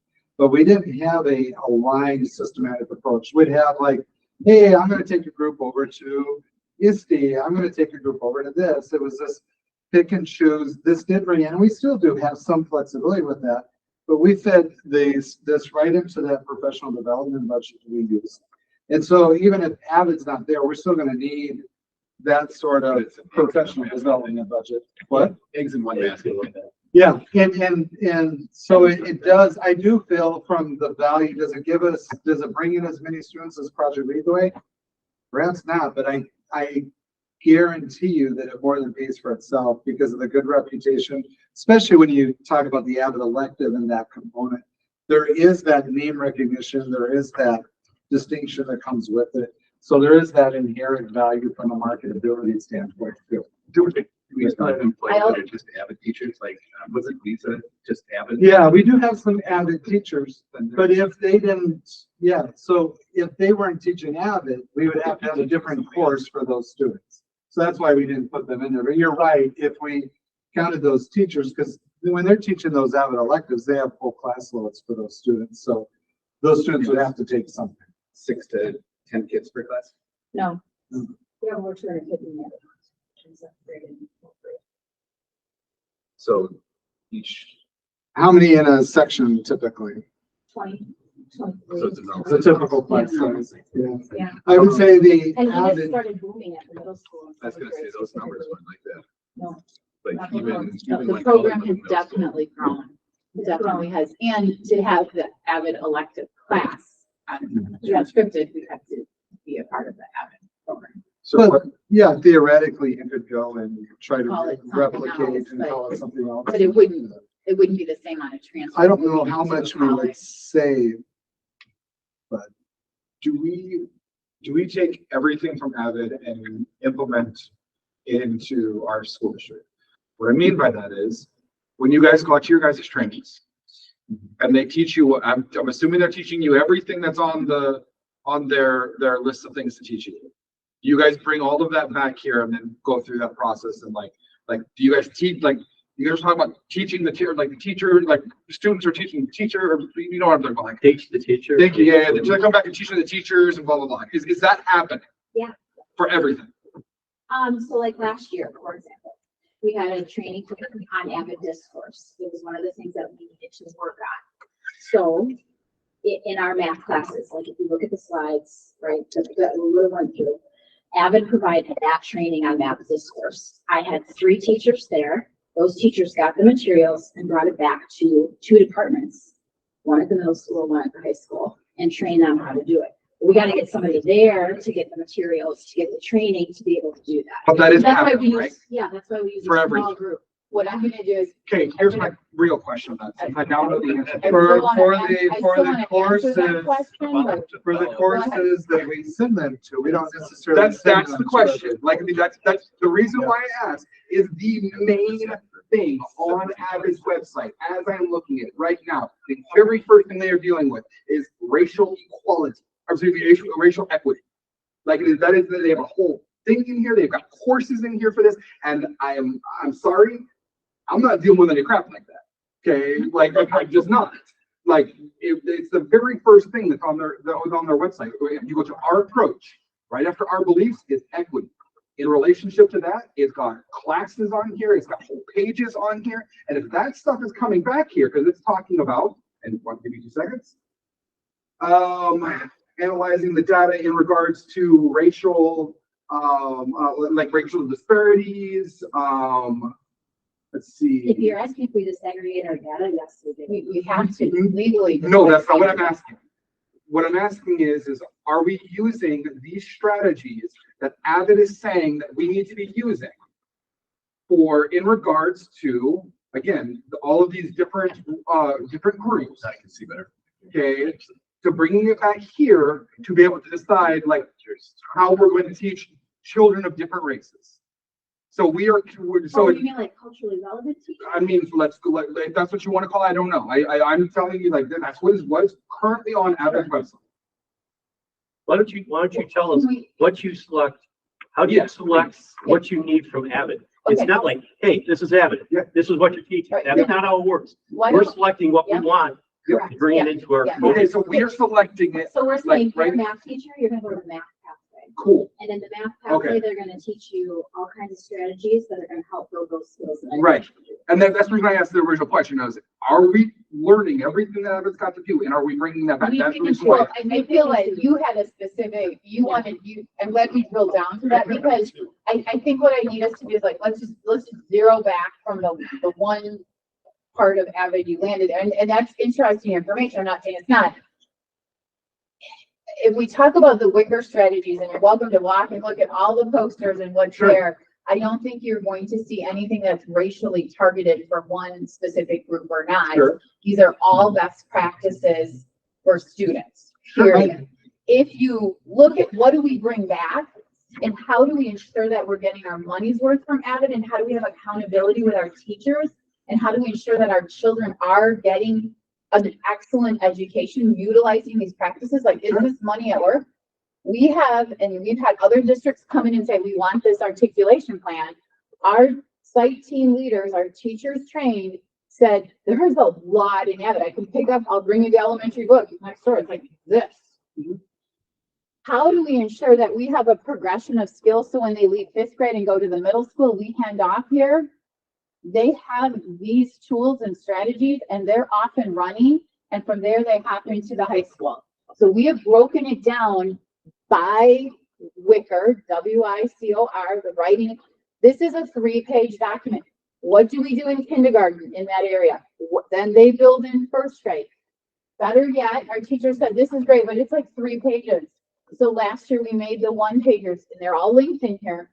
So if I am a 1st grade teacher, it is part of my job to integrate these strategies, and it is not an Avid class. Okay. When I'm teaching a reading lesson, I've taught my students how to turn and talk or pair share and do these things. You're going to see data on callbacks. I'm able to, you said, oh, it seems like it's kind of loosey-goosey there. Oh, no. Not when I yell waterfall and the whole room goes, shh. Yeah. And we are ready to transition to the next activity. So these are some wonderful strategies, but it is a guaranteed viable situation here. When we wrote our social studies curriculum, we embedded the Avid strategies into the curriculum. Let me go back to answer your question, Evan. We don't bring anything back. You know our definition of equity. It's what the kids need when they need it. And that's the reason We don't have any ratios. We don't have any quotas. We don't have any No, systems in none. place like that. But I will tell you why Avid's had to do work on that. I would suspect they haven't told us this in the meeting, but I've been to Avid training in Florida. Yeah. I've been to a couple at the Twin Cities. I've been a couple Carolina. at Denver. And the Twin Cities was a very different, Oh, yeah. it's a very diverse group. Wonderful experience. But Avid was getting a lot of pushback that their instructional strategies they used were not culturally relevant to the students that they were working with in the inner cities. Right. Because they were requiring them to not, wait your turn to talk. They were, to be frank, some of the people in our groups and our discussions were saying these are white men type strategies that aren't culturally relevant to, our kids and who we're dealing with, that they need some different approaches. So my guess is that Avid's done some work on different instructional strategies that are, when we say culturally relevant, that honor some of the, what is your background? Where are you coming from? What is it like there from that aspect? And that's the reason But I would see some really heated debates within those rooms amongst educators, which I think it's good for our teachers to also get those experiences and interact with groups from Florida when they're there. And ironically, the Twin Cities isn't necessarily our cheapest either. A lot of it comes down to what's the hotel room cost, but those have been some really rich experiences. But in short, no, there's no CRT or things like that are being brought back. I don't think Avid even has CRT. Well, we have to be really careful and not even using that acronym, because culturally relevant teaching is completely different than critical race theory. Yeah. So we said within our district, don't even use the word culturally relevant teaching. Yeah. Frame. I know. I just want to bring that up. So In short, no, we pick the pathways, and most of our teachers, when they go, are landing in that level one or those, specific, or we bring the training in here when we have that larger training. Yeah, and I want to point out too that nothing in anything that you guys have presented tonight has indicated anything No. that has to do with, you know, racial inequities or anything like that. I mean, like, yes, you have to report those things, but And I think as we continue That is on not- this journey Yeah. together, it's really good to have the frank dialogue, and it's really good to have it here where we can answer those questions, because, you know, you came upon something where the look on Sarah's face and mine was probably like, wait, where is, because I'm like, what are you looking at? we've never necessarily experienced that. And, you know, and it's really important not to knee jerk because correct. of what's, Understand that this is what parents are doing right now. Like, Right. you guys are talking about Avid, they're going They're out to going to the Google, website. they're going out to the They're website, seeing finding that. Google and seeing that. That is Send them to true. the and you know what I website think and is have just information really, on I love that. and we can't control that Yeah. action. But what I'd like you to do is understand the frustration of 100%. 400 people Yes. who have put their time, Yep. sweat, energy into Yes. reaching a distinguished level Right. of good instruction for all children, where I can speak of how my children left this district and others, and they're thriving. And for it to be reduced to, well, I Googled this and saw that, that's like saying I have Understand. cancer because I Welcome to Googled this America. and now I self-diagnose. Understand, Like, that's Understand really- 2023. we have to temper that knee-jerkness. Right. And we as a group here have to have that dialogue here and not out there. Which I is do- why I asked the questions ahead of time. Yeah, Yep. it was a good question. It will go, it will happen, yeah. Let me get a little more relevance to this. In my meeting today, and now that you brought this up, it's a little more, I think it's interesting or has some relevance. Yeah. With the Supreme Court cases that passed that did away with, what was it? Oh, yes, What was it called? affirmative action. Affirmative action. Thank you. Oh, right. That did away with affirmative action. There is outside of our sphere, which I haven't heard this conversation really because we don't live in a highly diverse area. There's apparently a lot of concern or panic in relation to the, getting kids and kids from minorities, Black students in particular was the conversation, into college and into those locations. Avid has a track record of huge success rates with those students when they've gone through the Avid elective. Yeah. So I'm sure from their national marketing piece, so they have a lot, an even heightened interest from those inner cities, those large cities that are, what are you doing with those populations? How do you have it? Because the Avid schools in California completely buck the trend on university admittance rates and persistence through there. That was something they were talking about today, which I would just suspect that, yeah, they're probably, from a marketing standpoint, probably pushing that or highlighting that relevancy too. I would wish guess, my but- little son could have had Avid. I know it would have helped him. Can we talk about the Avid elective for just a minute? Yep. Okay, cool with that. Yep. I know it's Yeah. flexible. Let me talk about that. All right, so this is the only slide I have, but, and here's why, here's why. So the Avid elective is an elective course that students take.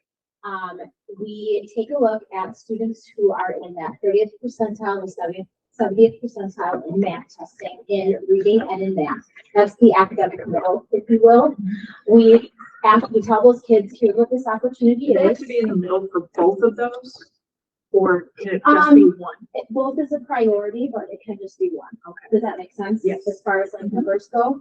And then they get invited is what happens. They get told what the program is and they get invited, and then it's by their choice and their parents' choice if they're in the Avid elective or not. Now, we do get some kids who are in that higher 70th or higher range that just want to be in it because they want to work on organization skills. They want to work on focus notes, which is what I'll get into here. So here's what the Avid elective looks like on a weekly basis. Monday, Wednesday, and Friday in the Avid elective course, students are working on developing their writing skills, their reading skills, their inquiry skills, their collaboration skills. They're doing like to be honest, it's a tier 2 intervention. I need to work on organization. I need to work on inquiry. I need to develop my writing more, whatever that might be. Yeah.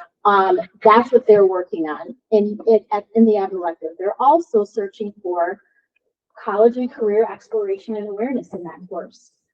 What's a just right college fit for you? And not just like I'm going to go to a big school, small school. No, I might want a youth apprenticeship.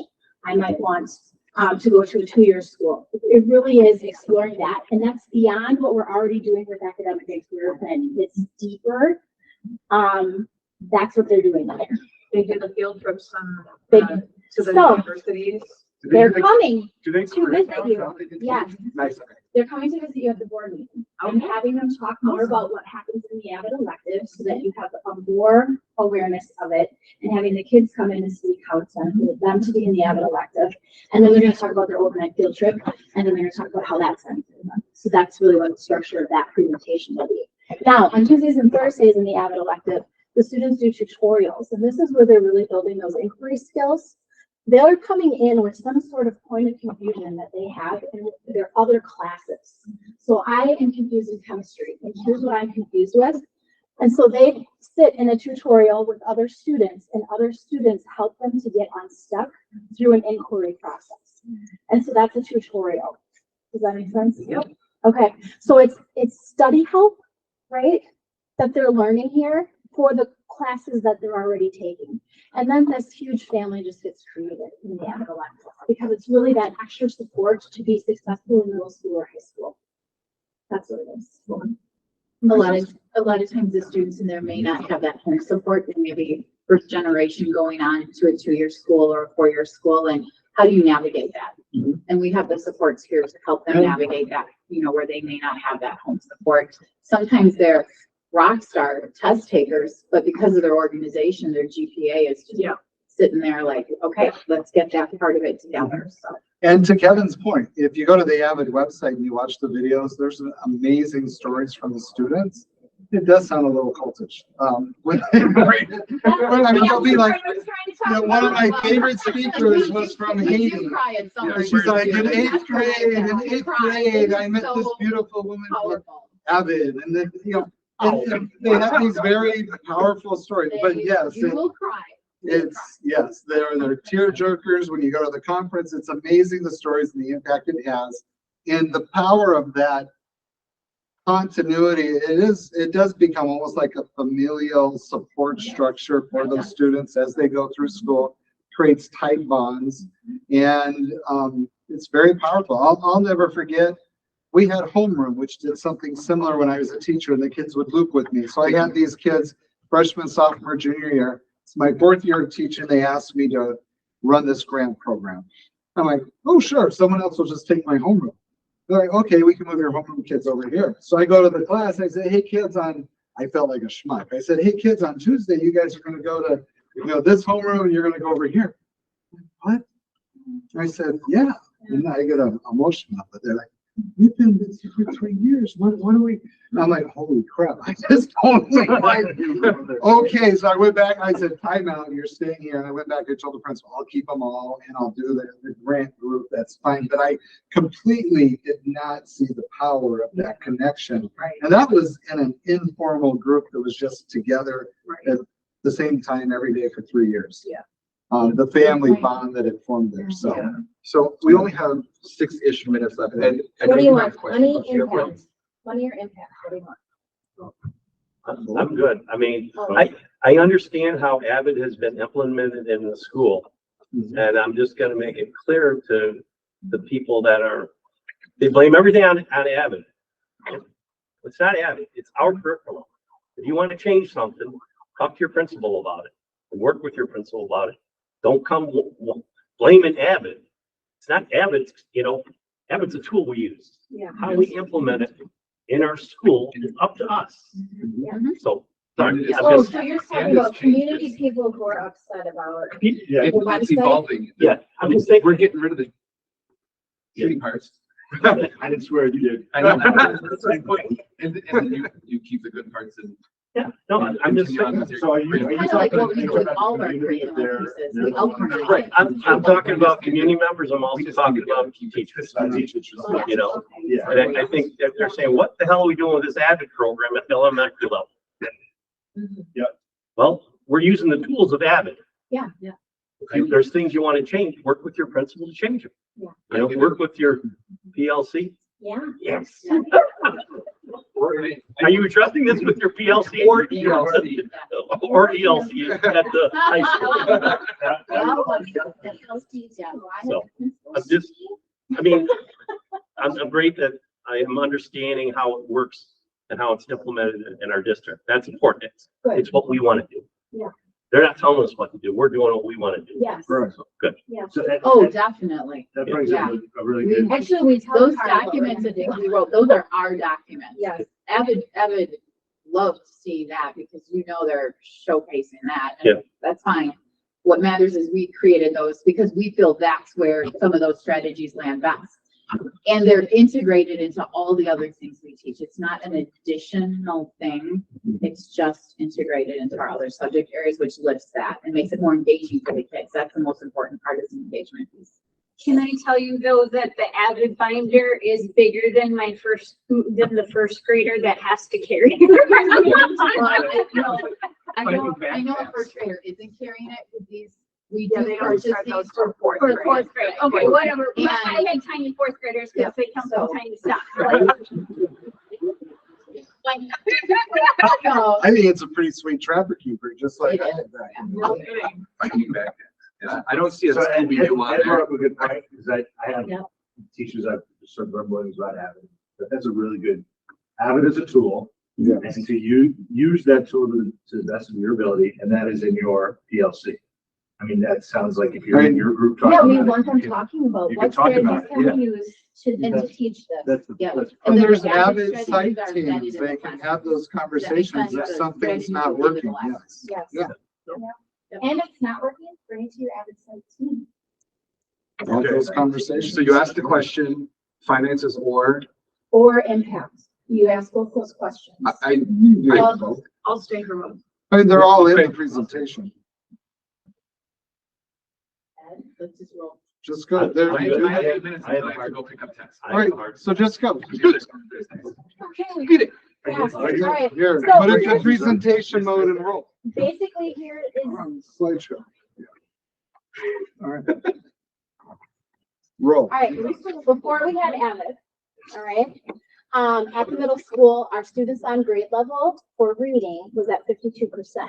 When we started implementing reading strategies that are high leverage, that are putting the cognitive load on kids, when we have common language around critical reading strategies, so pre-reading strategies, during reading strategies, after reading strategies, to build that comprehension skills. If you take a look at where we're at now, we have some pretty significant growth here. And what I Okay. want, Now, this is the special year. Right, So, yeah. right? okay. And when we talk about reading, it's not just in the ELA class. These reading strategies are integrated into social studies, science, the allied arts. Which we didn't get to talk about. That way, all teachers are teachers of reading. All right, let's just do the data. Okay. Data, Data, GPA went up. I like it. Yes, office discipline referrals, because of our focus on relationships, we learned relationship strategies through Avid, right? Because of the, Is this And- district wide? this is just at the middle Just school. Oh, middle school. Yep, Yep. those numbers look Yeah, good. so we did Engagement. our downstairs. Speed round. Fine. ACT composite score at the high school, all right? Thinking big picture. Yes. Oh, I do want to Oh, point out no, here. This is my favorite Okay, data. go ahead, go. Yes. All right.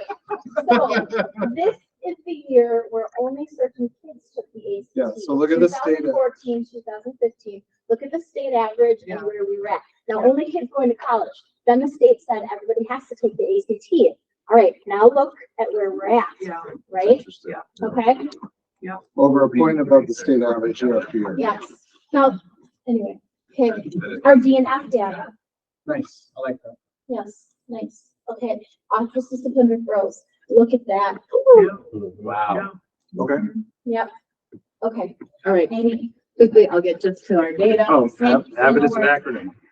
Imagine that. What's more? What's more? Of course you knew it was an actor now. No, it was Great. a- Right. All right, our data is just, it's a little bit different because clearly we were not grading with D's and F's, et cetera, but we have to survey our classroom teachers, once a year. What's important at the elementary level is, transition time. As you said, if we're not transitioning 23 kids from one thing to the next, we're losing instructional time, we're losing that time that they could be learning or otherwise engaged. So since we have implemented, say, the Wicker strategies, things called callbacks, SLANT is just like being ready to learn, you know, how you're an active learner. We feel that we have witnessed a 78.7 in decrease. that transition time. And we see an 80% increase in student engagement when we're using our AVID strategies with our students at the elementary level. And these are teachers who have been here pre-AVID, through this implementation and post. Here's just some comments from our teachers when asked for that this August. Doesn't say how big the binder is, and we don't always have those students taking that binder home every night. This binder is really valuable because most of our 4th and 5th grade students do travel rooms at the elementary level, and this allows Thanks, them to Ed. travel with everything they need for the day into those different classrooms, similar to a middle school. All right. We did put together what is just like specific, not including the staffing for our AVID budget this year. I know at times receipts and small things come in little at a time. That slow trickle can be very, you know, like, oh my gosh, when does it end, right? But this is where we stand. These supplies, a good chunk of that right now, we felt that as long as the school could absorb the cost of these binders, we can buy them in bulk and then we hand them out 4th and 5th grade. A lot of these kids can use them again in 6th grade. They're still in pretty good shape. And in the middle school, then they get to start choosing their method of organization. But this is, and we went back to teachers last spring and we're like, where are we at? How are you? And they were 100% behind the use of this binder still. They felt this was a real critical component to teaching kids how to organize. Kids fill out rubrics when we talk about that self-reflection piece. They complete rubrics on how am I doing. They receive guidance from the teacher, like what good is shoving it all in there and zipping it? You gotta manage your materials. And so, but that is a big cost to the district right now. This could be something that we release out to parents to say, you know, you can buy it through the district, you know, cost X number of dollars, but this is something that we felt strongly enough and have. I think we so far pay absorbed $8 a piece, is that, We're closer to about 17. oh, there's 17. Oh, But imagine if that cost fell to the parents. It is a Exactly. consideration. $50, buy one. It's a consideration, but, so that is a big chunk of it. As but I said, honestly, $66,000 in the scheme of things for a course that we get a lot of return off of. so. Yeah. So. 10 students. If we have 10, would we lose 10 students if we didn't have this structure program in place? 10 open enrolled kids, I think it's a safe.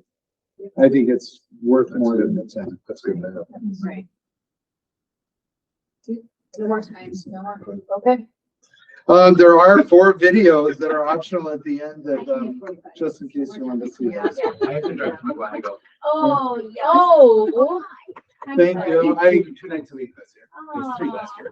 So, Jason promised us dessert coming in a few My minutes. If you favorite want to wait. was, there's the Cliff Clean Bars. Did this cover? Yes, it was fantastic. That What would is be the dangerous. the best thing you guys have shown me all night and literally since I've been on the school board was the way you guys did the summer with that curriculum. That was a thing of beauty. Yeah. Like I cannot rave enough about how good of a job you guys did and like I mean, absolutely, like the time they put into it. It looks amazing. It is going to be so helpful to just be like, shut up, go look at the website. All right, like, I mean, it's like, it's gonna be amazing. I think one of the things we'd like to add to it is an AVID component on there. Even, I mean, there is some things there, but we can double check that because I think it's important to guide them from AVID's general site to have you seen what's on our Yeah, website. it's a big difference. We want to add more photos to that, but that's how we've outcornized AVID. You know what I'm saying? Yes. Well, thank everybody who attended tonight. Have a good evening.